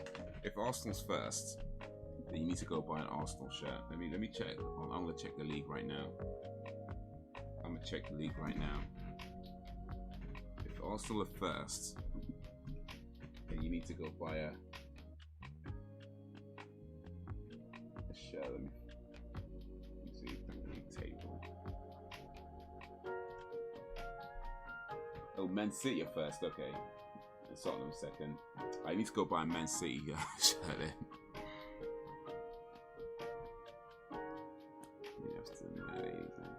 Oh, for sure. I mean, the hills definitely adds to the sexiness. I ain't denying that. Definitely adds to the sexiness of it. But yeah, you can't be sexy with a brock back either. Do you know what I mean? So it's a bit hard to be sexy when you're back brock.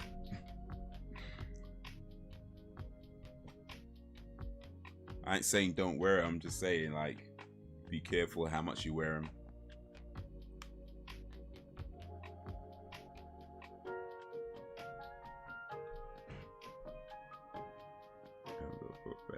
Some person. Well,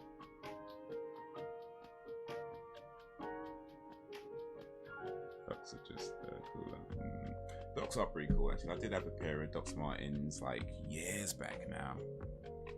I don't remember when. It's gotta be like 20 years ago, I think. I had a pair of Docs Martens. Maybe a little bit less, but yeah, not far off. Yeah, I remember I had a pair of Dr. Martin boots. I bought them from a shop that's there was a shop in Camden that specialized in Dr. Martens. I think they sold some other stuff as well, but if I remember correctly, they specialized. They mostly sold Dr. Martin stuff, and I bought a pair of boots from them. They were nice boots as well. They're actually a lot more comfortable than they look.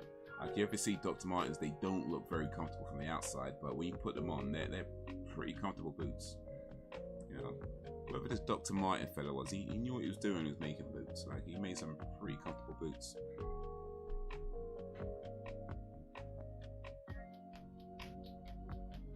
You know, down to the overall, that's fantastic.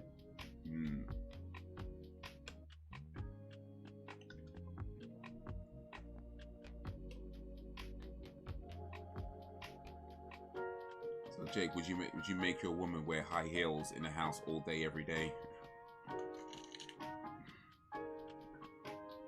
Like, as soon as Jake gets home, it's like, woman, you better have your high heels on.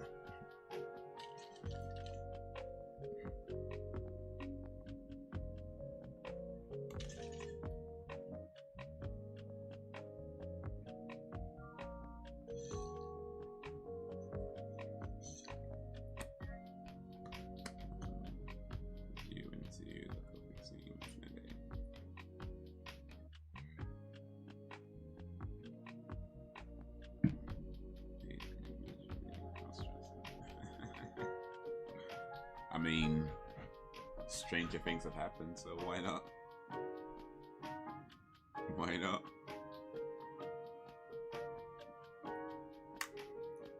Bill Jacob, like, what's that guy in what's that, Buffalo Bill in Silence of the Lambs? I mean, and there's like, you got 14 days off work, you know, 2 weeks of work. You're not watching Martyrs. You got to be doing something on that whole time. So, I mean, for all we know, you could be just like, yeah, put on the lipstick, tucking your dick in between your legs, you know, walk around the house like, I'm a girl. We don't know. I'm just saying, if you're not watching Martyrs, you got to be doing something with your time. So. Maybe we just figured it out. The reason why Jacob hasn't watched Martyrs, he's too busy getting dressed. But hey, I don't judge, man. I don't judge. Each their own. We don't judge here. We don't judge in this village. We don't kink shame in this village. So it's all good, man. If that's what you into, it's all good, man. It's all good.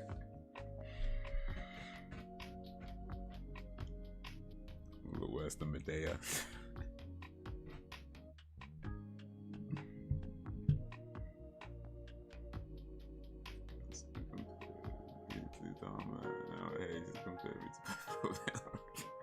Hey, you brought it up, man.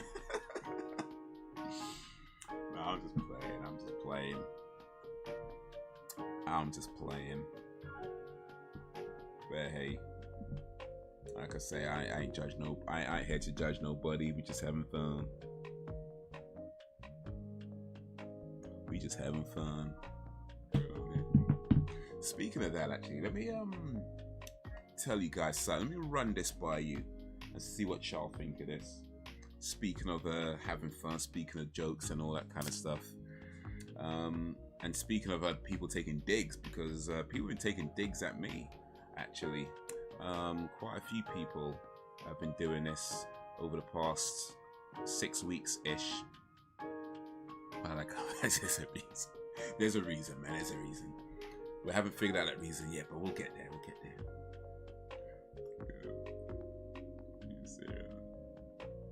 Okay, it's fine. We don't kink shame. Exactly. We don't kink shame here. Whatever you into, it's all good. But yeah, so about 6 weeks ago, and by the way, only reason why I know it's 6 weeks is because that's just, yeah, anyway, we'll get to it. So about 6 weeks ago, on Instagram, one of these sort of, you know, these like Instagram pages that post other people's content, they post like other people's videos and stuff like that. and they post like funny videos or just just general kind of things like that, right? And so one of them posted this video of this woman. Was 3 women really, a mother and the 2 aunties. The mother was holding the baby, and the 2 aunties were kind of holding the baby, bottle, and like doing a dance and that kind of thing, and making a whole kind of show of it. And it's like a silly little fun video, right? That kind of thing. And me being, the kind of cheeky arsehole that I am, I figured I'd just make like a throwaway silly comment on the video. And I wrote as a comment, Hayes is the most ethical, friendly guy who would attack you. Well, we'll get to that. So yeah, just I could make a silly comment on the video where I just said that mother and 2 aunties let baby starve while let baby starve for internet attention, right? Now for me, I wasn't being too serious. I was just, like I said, it was just a throwaway comment. Turns out people didn't take it that way. Turns out people took it a bit more seriously than I intended. Now here's the thing, look, I get it. Jokes don't always land well on the internet, right? I'm not mad at that. Not everybody's gonna get the joke. Not everybody's gonna understand that you're joking. It is what it is. When you write stuff, when you write stuff in text, you can't. The truth is, you can't expect everybody to get that you joke, especially when they don't know you. So I'm not mad at that. That just is what it is, right? But it has been going on for quite a while. That's like I said, about 6 weeks. And I'm still getting comments every now and then from somebody saying something like, "Oh, you're an idiot. Obviously the baby's not starving.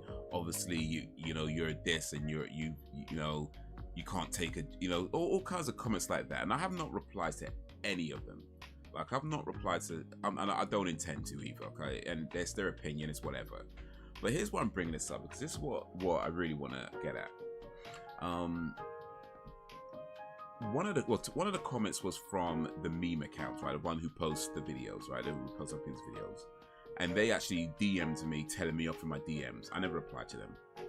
Another comment was from the person who posted the original video. She was like saying something about, "Oh, it's just a joke. Don't take it too seriously." Blah blah blah. I don't reply to her either. Like I said, I haven't replied to anybody. And then everyone else is just saying things like, you can't take a joke, don't take things seriously, you're insecure, you're... One guy said, "I've got little dick energy," this, that, and the other. And like I said, it's been going on for about 6 weeks. So here's what I'm thinking right now. And you can let me know what you think and whether, whatever. I'm thinking that perhaps I touched a nerve in my original comment, in my comment. Perhaps I touched a nerve. Because at the end of the day, I'm just some random guy on the internet. I don't know these people. They don't know me, right? They post the video, people comment on the videos, and I'm certain I'm not the only one who made some dumb comment on the video, right? So I'm thinking, like, why do you feel the need to DM me about it? Why do you feel the need to come at me like this? I'm starting to think, maybe, just maybe, I touched a nerve. Maybe, just maybe, in my throwaway comment, there was perhaps a little bit of truth in there. That perhaps, just perhaps, they were neglected, they were, not feeding their baby for internet attention. Perhaps, like I said, I don't know these people, I don't know. But I'm really starting to think, like, perhaps I hit just a little bit of truth in what I said. But anyway, maybe I'm wrong. What do you guys think? You let me at him. Only I can do exactly. Only wait a minute. Wait a minute. Let me think that's one through before I agree to that. Let me think. People are just sensitive these days. I'm a sweetheart, really Jacob. I'm thinking they have sad sex. They need to get alive. That's you being nice. Nowadays, it's a great platform. Comes on these days, online is like negotiating. Minefield these days. It could feel like that for sure. I mean, look, I'm not, like I say, I get it that sometimes people aren't going to get your jokes. I mean, the fact that they thought I was being serious, it is what it is. But my thing is, like, I think negotiating kind of works too, to be honest. But yeah, it's all good. My thing is that because anytime I've posted whether a video or whatever online and somebody's commented on it, and if I thought that they were being serious in their response to my joke video or whatever, my silly video, if I thought somebody was being serious or whatever, I just wouldn't reply to them. You know what I mean? Like, I just wouldn't bother replying to them, because I'm thinking that, look, either they didn't get the joke or they're trying to have a conversation that I'm not trying to have. Either way, I'm not going to reply to them. And that's pretty much how I take it. Like, if I comment on somebody's video and I'm making a joke and they don't and they think I'm being serious or whatever it is, just ignore me. Like, you don't need to be telling me off in my DMs. You know what I mean? You don't need to be private messaging me to tell me stuff. You don't need to do that. Like, especially on a bloody meme site. You know what I mean? Like a bloody meme account of all places felt the need to DM me to be like, obviously a baby's like, look, I don't know you like that. Like, you don't need to be doing this. Like, it's just sad at this point. But I don't know, maybe I touched a nerve. Maybe I hit a little bit of truth. But yeah, I'm not gonna reply to any of them. I don't need to do that. They can think what they want. They could say what they want. I don't care. I just thought it was interesting because it's been going on for quite a while now, and I'm like, when things go, because the first few times it happened, I was like, whatever. It's been going on for about 6 weeks now. Now I'm giving it the side eye. Now I'm like, you know what? I think something else is going on here. I'm giving it the side eye now. It's getting the side eye from me. Like, I think something else is going on here.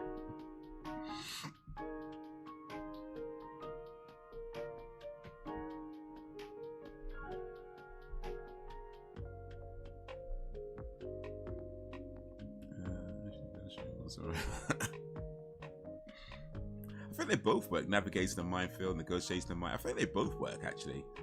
I mean, maybe in slightly different ways, but yeah, I think either word works really. So it's all good.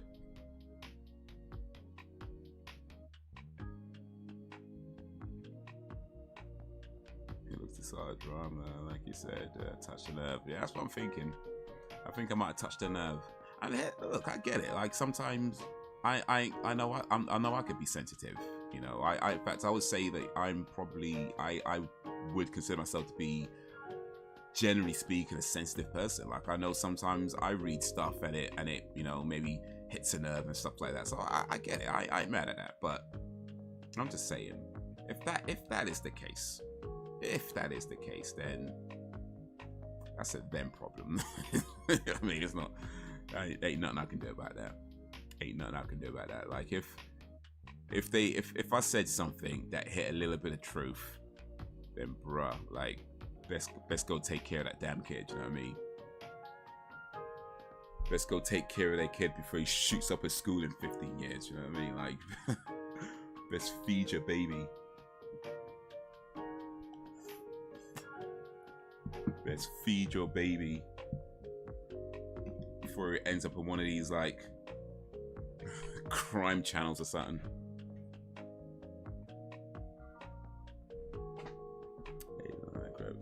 Get to you, that's not your problem, though. No, for sure. Can't lie, here for comments sometimes do get me down. I mean, when you read enough of them, it can do. I mean, like I said, I wasn't trying to be hateful, and that wasn't my intention. But hey, you can't help how people interpret what you say, and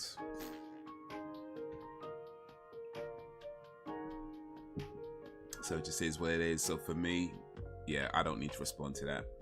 But I just thought it was interesting. That's all.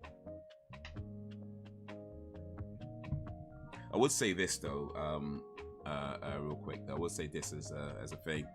So yeah, I did get quite a few negative comments. People cast me out, this, that, and the other. Right? More people liked it. More people liked that comment than didn't like it. So I feel like I did okay.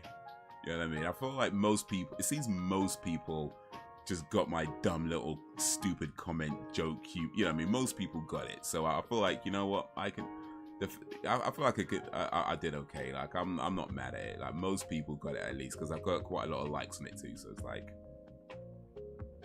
you guys cool. You got it. You got it.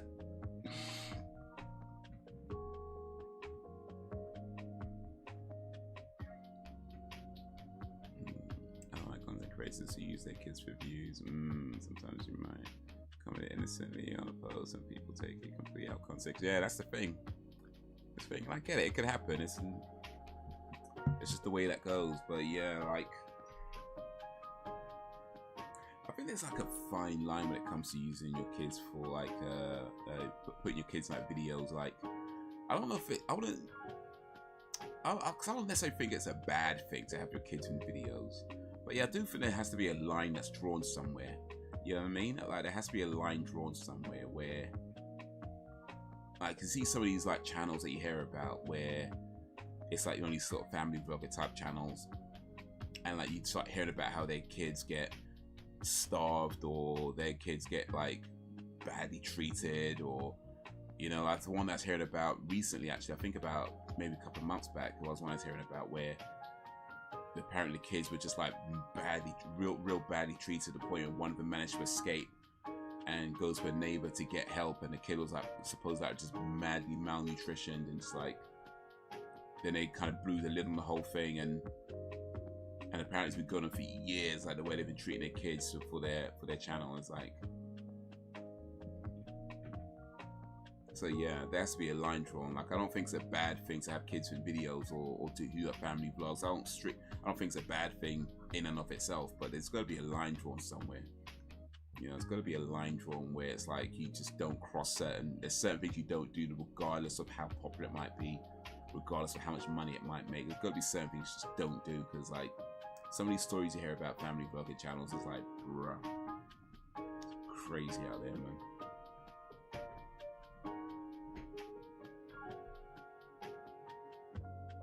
Jacob, anything I ever said to you is just for fun. It's not my intention to offend you. Yeah, it's all fun here. I think we're cool like that though. Like we have that kind of banter, that kind of what's that word? Rapport.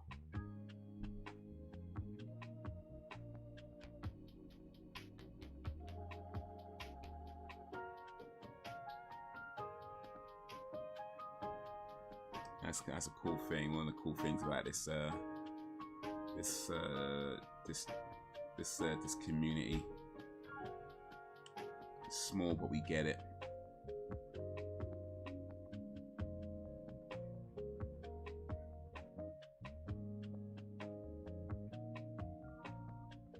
We get the bants. We get the bants.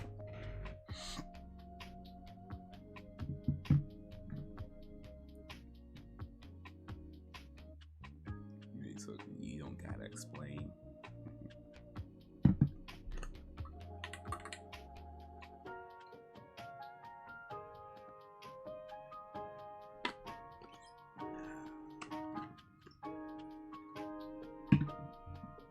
Alright, let me log that. I gotta log my water intake.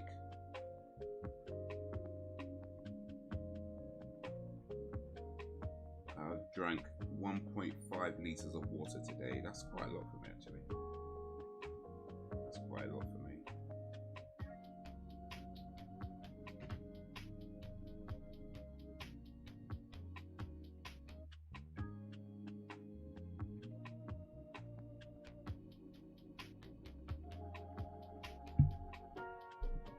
I saw a video of a woman who uploaded a video of her autistic child having a meltdown. She said it was for awareness, but it was I'm not supposed to watch. I did not like it. I'll never from myself having a meltdown. Likewise. Yeah. I mean, there's raising awareness, and then there's just you don't need to do that. You know what I mean? You don't need to.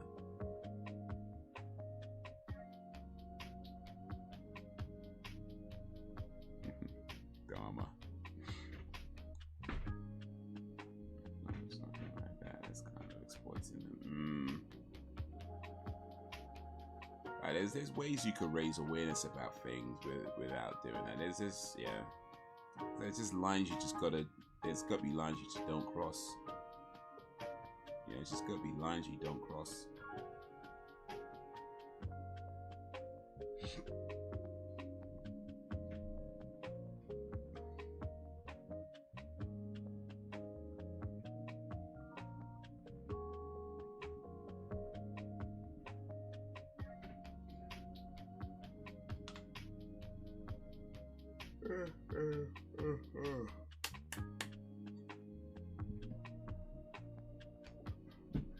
I think one of the bigger shames of it though is that a lot of that content is mad popular, and that's why people do it, because people are gonna watch it. Somebody go and watch it. A lot of somebody's are gonna watch it.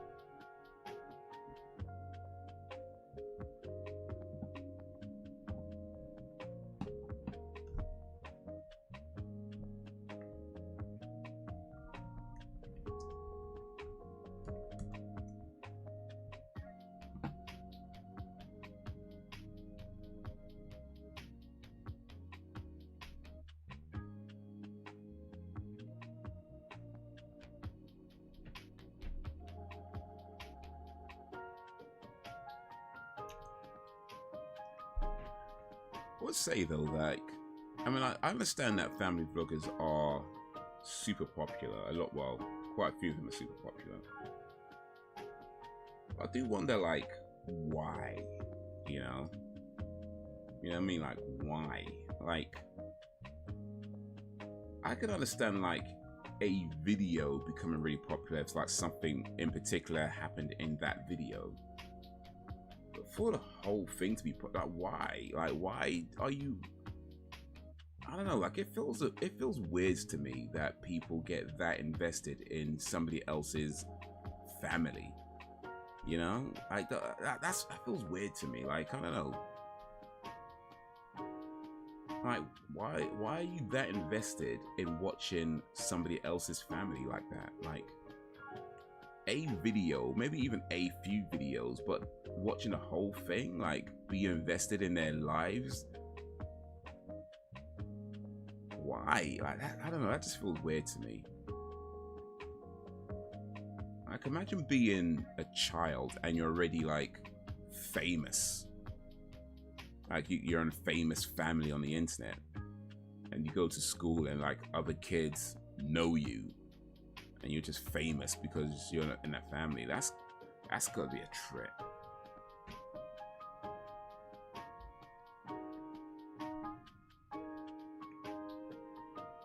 Have you guys watched the show about on Netflix? Yes. Well, I watched the dramatized version. I haven't watched the documentary.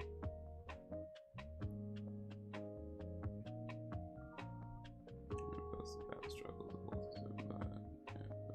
Will I record it and be right back? Need to be. I personally wouldn't want to watch a kid have a meltdown, even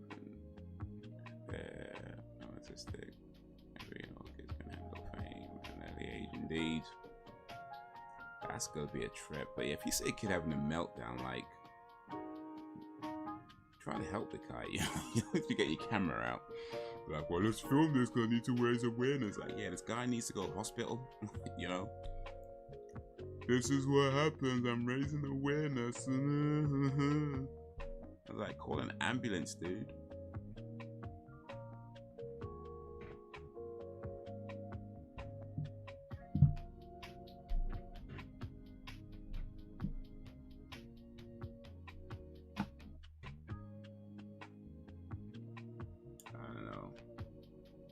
Weird old world, that's for sure. I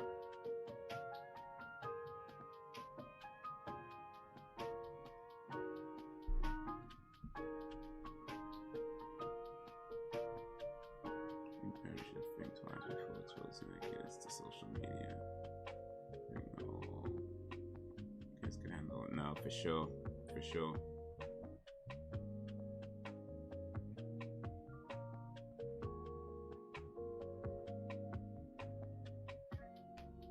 For sure. I mean, the way I see it, social media as we know it, like TikTok, Instagram, Facebook, like social media as we know it now, it's been around for about 20 years. If you go back to sort of Facebook, MySpace type kind of era, we're talking about 20 years now. When these sorts of, I mean, I guess technically they've been around longer than that, but in terms of how we view social media now, it's about 20 years or so, right? So it's been a long time. It's been a long time since we've had these kind of things in the forefront, and that's fine. You know, that's fine if that's how it is. It's how it is. But yeah, I think that if that's the way it's going to be, then there needs to be some kind of understanding of how to navigate social media. Because if you're, imagine you are, say, 20 now, you're 20 years old now. You've grown up in a world where you know nothing but Facebook, Twitter, Instagram. You know, you've grown up in a world where likes determine how important you are. The more likes you have, the more important you are. You know, your whole validation system is based on likes on photos. Like, that's the whole thing. And that's the world you grew up in.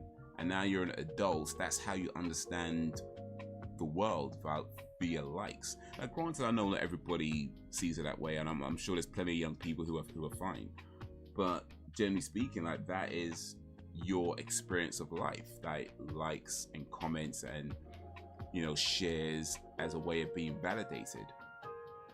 And of course, older people have our own insecurity things that we went through, but for the young people, that's kind of what it's based on.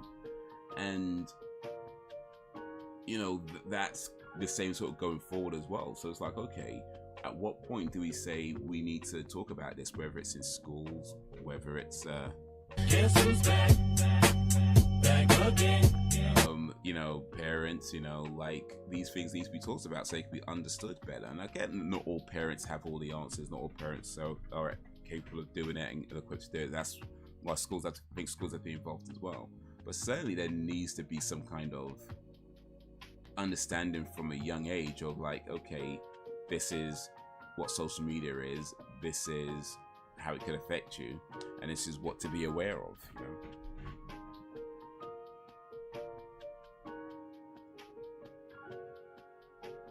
In their opinion, how has social media impacted society as a whole? Do you think social media has stunted kids' emotional development?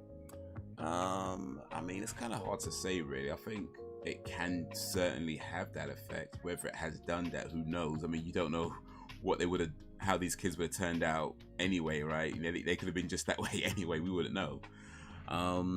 But yeah, I certainly think there's a potential for it to stunt a person's emotional growth, especially when you consider how polarized things are, and it's very easy to kind of find yourself in a very particular niche group where everybody agrees with you and everybody tells you that you're great and everybody says your opinion is valid and correct and nobody challenges you.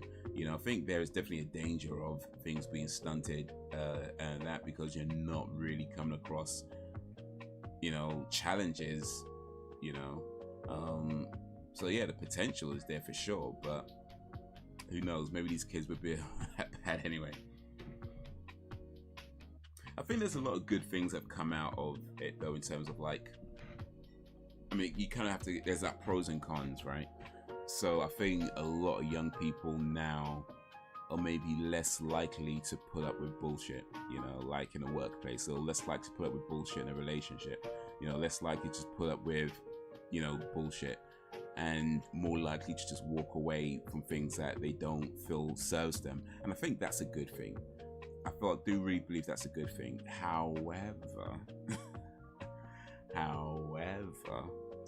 also feel like sometimes it might be a little bit too quick to walk away from something. Like, you know, just because it didn't go your way now, some things you need to work at, right? Some things you need to, like, put a little effort into. Not everything is perfect day one. And I do think there's definitely a group of young folk that maybe leave things a little bit too early because they're just not willing to put in the work, because it needs to be, everything needs to be perfect right now. The moment any tiny little thing goes, that's just doesn't go their way, they're walking out, you know. And you start hearing things like, oh, my ex my ex-boyfriend's a narcissist, my ex-girlfriend was a narcissist. Yeah, how many times do you hear somebody's ex-boyfriend was a narcissist these days? It's like, bro, they can't all be narcissists, you know what I mean? And I'm not trying to say none of them are narcissists. I mean, that's a real thing. I ain't saying that. That's a real thing. And I'm sure there's more narcissists in the world than we realize. But come on. Come on. You know, you hear it a lot. My ex, well, he was such a narcissist. It's like, no, you just had a disagreement. Like, come on, let's chill on this for a little bit. Let's chill. So yeah, I definitely do feel like there's people out there who may be a bit too quick to leave things because they just not willing to put in any kind of effort. If any tiny little thing doesn't go their way, then they're walking out. But I also think it's a good thing that people are willing to, or less likely to put up with bullshit, because there are times where, you know, when you look at the older generations, or my generation and older, you know, people sometimes stay longer than they need to. Like, they stay when things are going horribly wrong, and they're sticking it out, you know, they're staying, whether it's a relationship, whether it's a job, things are going bad, and they're sticking it out. And it's like, you know what, you need to leave. Like, you need to get out of this situation. The young generation don't do that. Like, a lot of them don't do that, but they kind of go to the further extreme where they're just walking away a bit too early in some cases. But hey, pros and cons to everything, right? Yo, what up, XSplits? XSplits in the plix, you good?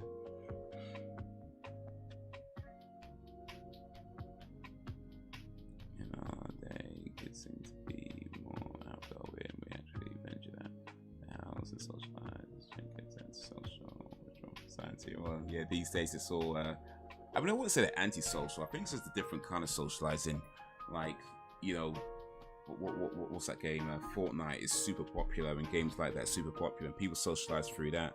So it's not that kids, I mean, they're definitely going out less. I think that's true. But I don't know if anti-social is quite accurate. It's just more the way people socialize now is just so different to the way we socialized back in the 80s, you know. So it's still socializing, it's just different medium. You know, back in the day, we used to go knock on your friend's door. you go knock for your friend. Can you come out to play? Now it's like, okay, can you jump on 2K or whatever? Can you jump on? You're gonna jump on a Fortnite? You jump on Warzone or something? They socialize that way now. Again, only is a, and she's obsessed with social media, and she doesn't have accounts because she is very aware of it. Something to ease into, if ever at all. I mean, if you could avoid it for her whole life, that's probably the best option. But that's almost certainly unlikely. So try and ease into it. You spend so much time on social media to the point where they can't differentiate between. Oh no, yeah, no, that's true. That's true. It's popular buzzword like misogynistic, racist, or phobic. People go to buzzwords. The people use them don't actually know what these words. Yeah. I conflate the two. No, I agree. I think part of that, and of course, by the way, I mean, you guys know this, but for anybody who's watching this as a VOD and finds this part of the stream, if anybody watching this later on, you know, I ain't claiming to be no kind of expert in my opinions. They're just that. They're just opinions. Taken for what it is. It's an opinion. Maybe I'm right. Maybe I'm wrong. Maybe I'm somewhere in the middle. It's an opinion. Whatever. But I do think like part of the reason is of that, like, you know, words like, you know, a narcissist being such a popular buzzword now is YouTube. Like, I think YouTube is part of that issue. Because you go on YouTube and you'll find videos about how to spot a narcissist, you know, what narcissists do, diary of a narcissist, or you know, things like that, what narcissists think, how to handle a narcissist. You know, you think so many things like that, and they'll talk about, you know, of course, like traits that people have, and these are videos, by the way, by professionals. They're not like some random videos. These are videos by professionals. But I'm guessing. At least the ones I've seen. I'm sure there's some random people making videos too, but the ones I've seen are by, you know, professionals. But I'm guessing what happens is that somebody watches those videos, and they hear and they see some of these traits about narcissistic behavior, and they're like, oh, my partner, my ex-partner was like that a little bit, and they're like, oh, he must have been a narcissist. And it's like, yeah, it's not really that simple. You know what I mean? It's not really that simple. Like, it's the same reason why you don't self-diagnose yourself through like WebMD or some crap like that. Like, when you're feeling ill, you don't self-diagnose yourself. It's almost certainly going to turn out wrong, you know. But you watch a video about how to spot a narcissist, and they're saying, oh yeah, this is a narcissistic trait. So it's like, yeah, that's true, but it doesn't mean that everybody who displays that trait is a narcissist. Like, it's not something you can just diagnose off of a few videos on the internet. Like, though, I mean, I feel those videos serve a purpose in that they can help you out with certain things and help you possibly spot things that could be going wrong. So I do think those videos serve a purpose, but that purpose isn't necessarily to diagnose your partner as a narcissist based on a few traits that you might be displaying. You know, like, it's not that simple. There's a little bit more to it than that. But yeah, that's what happens. So everybody's ex-boyfriend is a narcissist, everybody's ex-girlfriend is a narcissist, and it's like, come on now.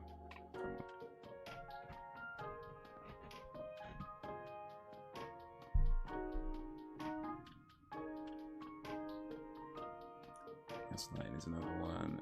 They say we'll call someone out for gaslighting when they're just doing. Gaslighting is a very specific thing as well. Like, and I think, in fairness, everybody at some point is guilty of gaslighting in some way. Maybe not in any kind of, maybe not a dangerous, vicious way. But I feel like most people, if not everybody, has gaslighted in some way or another. This is something that I think we've all done at some point. That being said, like, yeah, there is definitely that more, what's the word? Ego-driven form of gaslighting, I guess, like the more kind of dangerous side of it, like the type of person who, whether they know it or not, is, you know, whether they do it consciously or not, like they're really making you feel like you're an idiot over something, you know, or making you feel like somehow you're in the wrong for something they did. You know what I mean? Like, those people do exist, right? But not every disagreement is gaslighting. Not everyone who told a fib is gaslighting. You know, not everybody who just got in their feelings a little bit is gaslighting. You know, there's so many other things that it could be. But yeah, it's a buzzword, so everybody uses it now. Everybody uses it. This is quite a complex thing. Spot and identify those traits is actually responsible to label someone that my ex was mentally abusive. How many times do you hear that now? It's usually thrown around there. My ex was mentally abusive. Oh my god, what happened? He said my bum looked big in those jeans. Alright.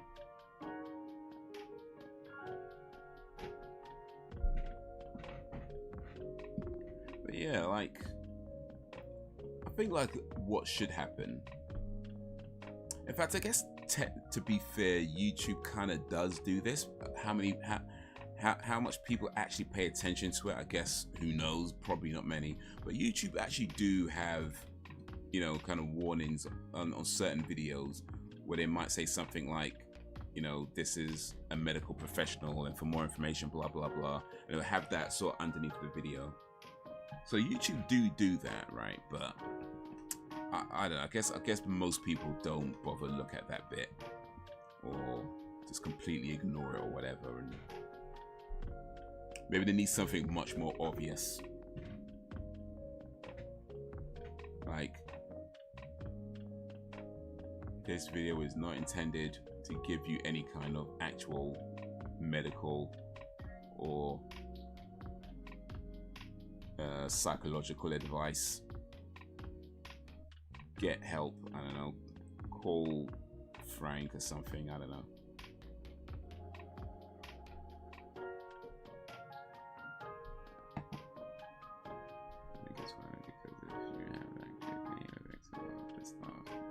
long time.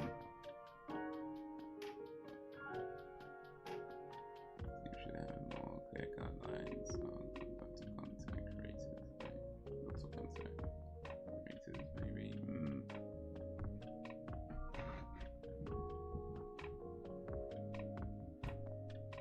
For more information, get help.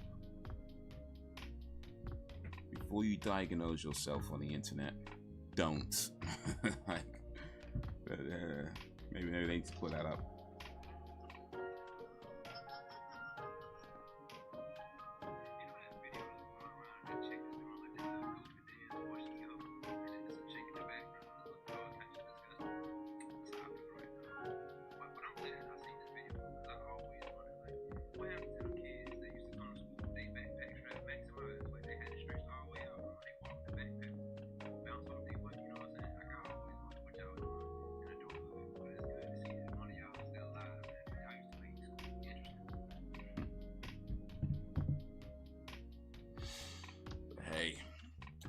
Hey, what can one do?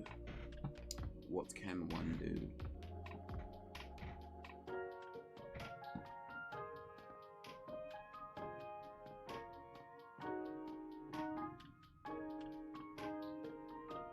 We are just mere mortals.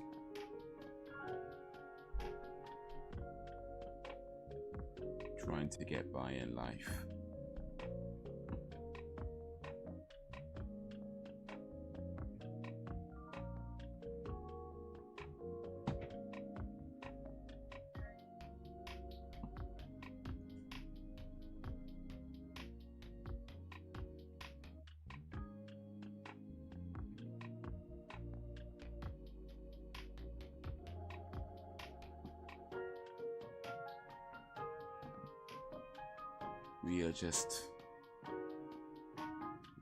I'm just a poor boy. Nobody loves me. I'm just a poor boy from a poor family. Sparing his heart from his monstrosity.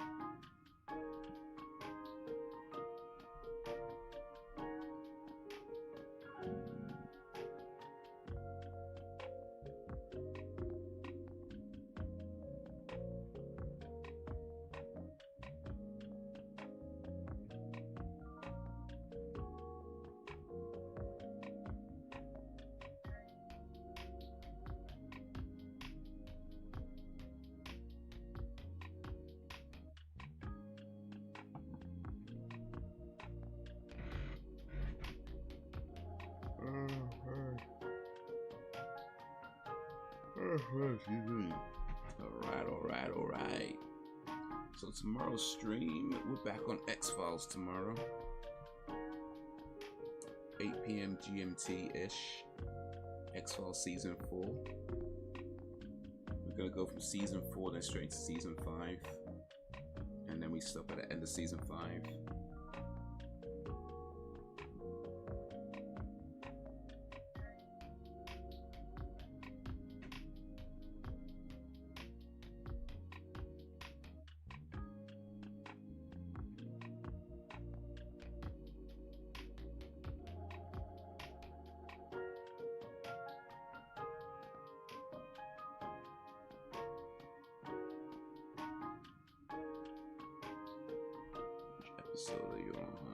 We're about to start Season 4 tomorrow, so Season 4 Episode 1 starts tomorrow.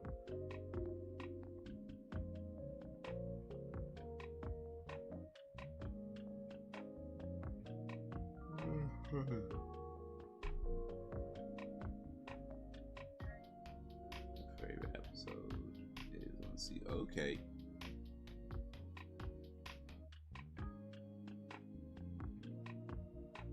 Which episode is that? Just make sure I pay attention.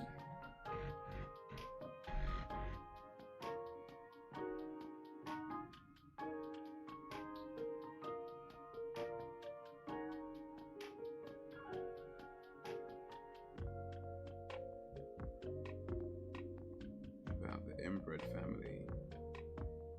Okay, I'm gonna have to make sure I spot that.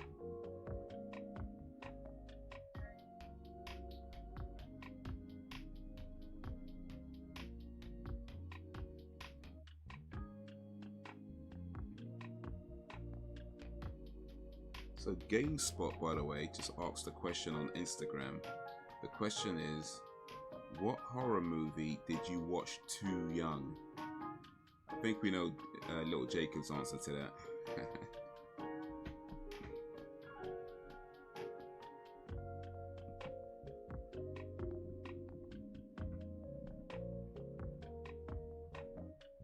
You already passed it.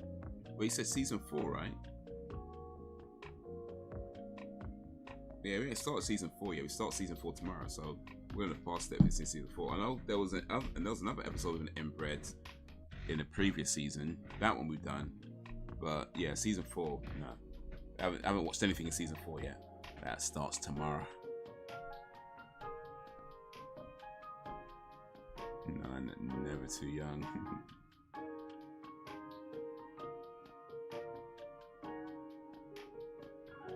Not sure if I don't know, like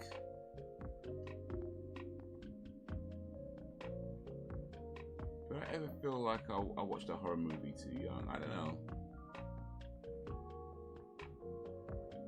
I'm not sure, you know, like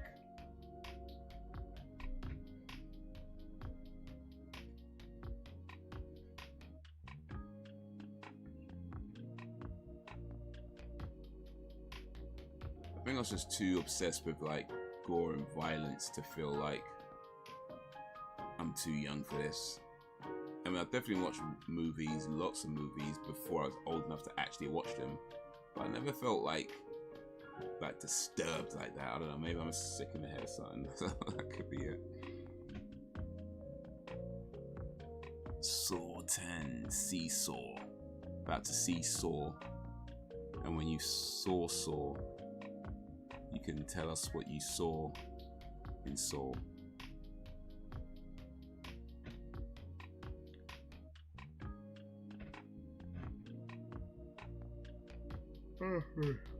Apparently with Saw 10, the dude who was editing it, apparently somebody called the cops, his neighbors called the cops on him because they heard what sounded like torture.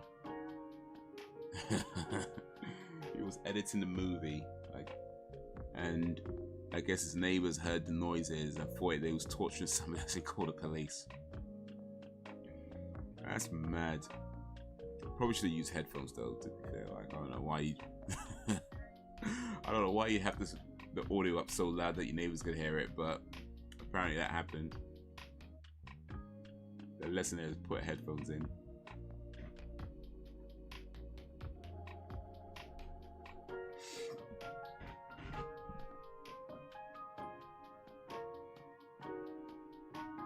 I guess it's a good thing that his neighbors called the police. It shows that they were concerned.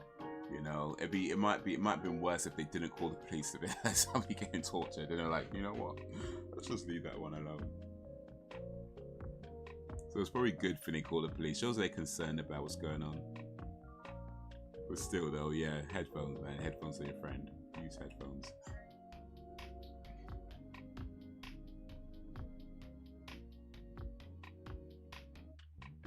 Saw 1, 2, 3. The rest of it kind of suck.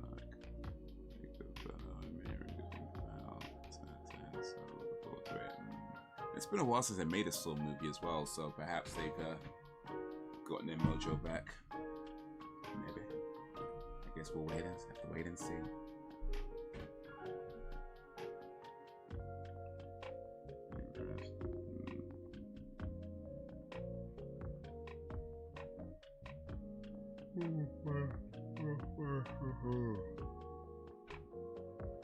Yeah, Saw 1 was really good, but only one I saw after that was the Spiral. Gotta watch the others at some point. Gotta make time for that at some point. Well, I don't got to, but you know, I should.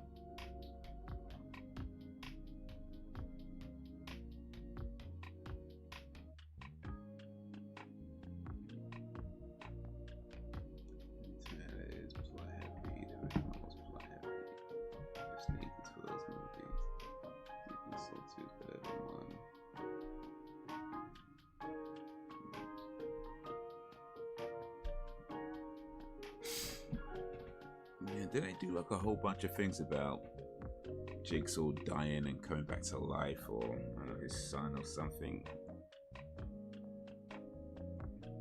Actually, no, don't tell me.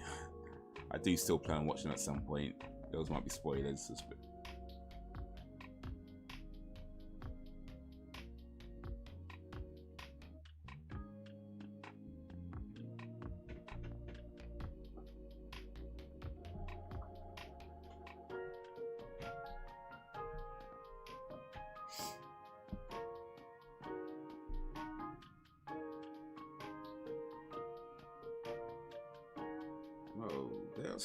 Going up in the chat. Oh, that's really cool. I don't know that can happen. You sending me hearts? I appreciate the hearts. And the laughy face. Got some hearts. Appreciate it. Appreciate the emojis going up. There's quite a lot coming up. Nice.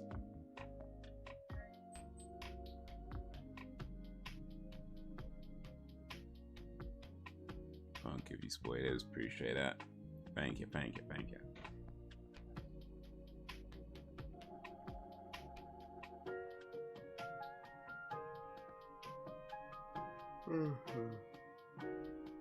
Got to press the like button, sorry. So good. You got it now. Whether you press it early or late, it all counts.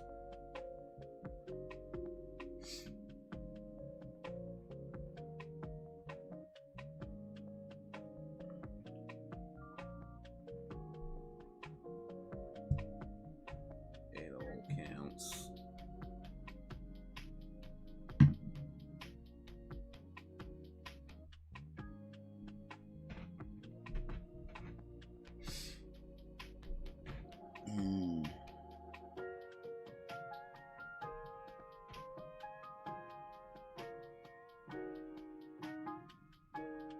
Well, I've got a new episode of my podcast coming out this Wednesday. I haven't been able to do a podcast for a long ass time, but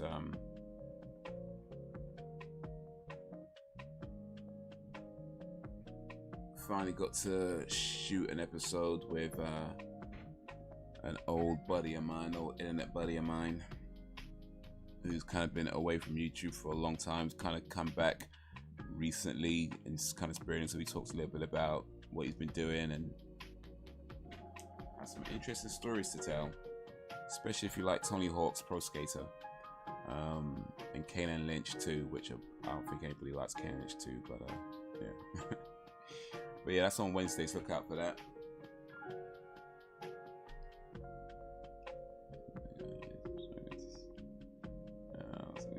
Appreciate you, Sam.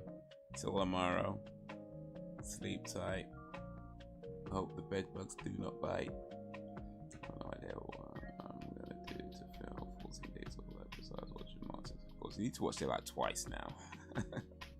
At this point, you need to watch it at least twice. At least. You got 14 days. That movie's only like an hour and 40 minutes. You got plenty of time. Plenty of time. But yeah, it's probably a good time to start winding down as well.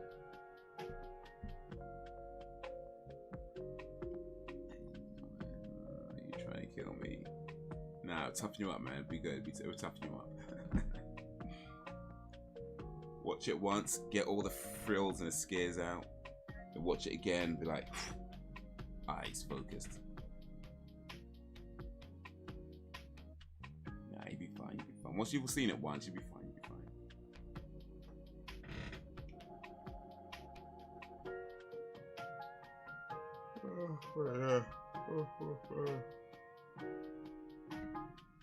Yeah, I think that's a good place to start winding. I'm starting to yawn a little bit more than normal myself. So I'm going to let some liquid out of my body. I'm going to put some food inside of my body, and then I'm going to lay my head down and close my eyes, and hopefully wake up. We'll see. I guess I can't guarantee that. I just trying to get it desensitized to it, obviously. Well, of course. Once you desensitize to it, you can watch anything. You can watch anything. It would do you good, man. Do you good. Yeah, dude, guys, you've been awesome as always. I appreciate you and all that you do. Thank you for keeping me company. Thank you for keeping this lively. The village is strong. You guys, hey, your absence was noticed, man. Your absence was noticed. All wondering what you were doing and what you were not doing. Yeah, appreciate you coming through, man. Appreciate you taking a little time out to chat with me, sparing a little time out your day until whenever, if ever, hopefully tomorrow. Peace. That was missed. Yes, sir. Yes, sir. All right, laters.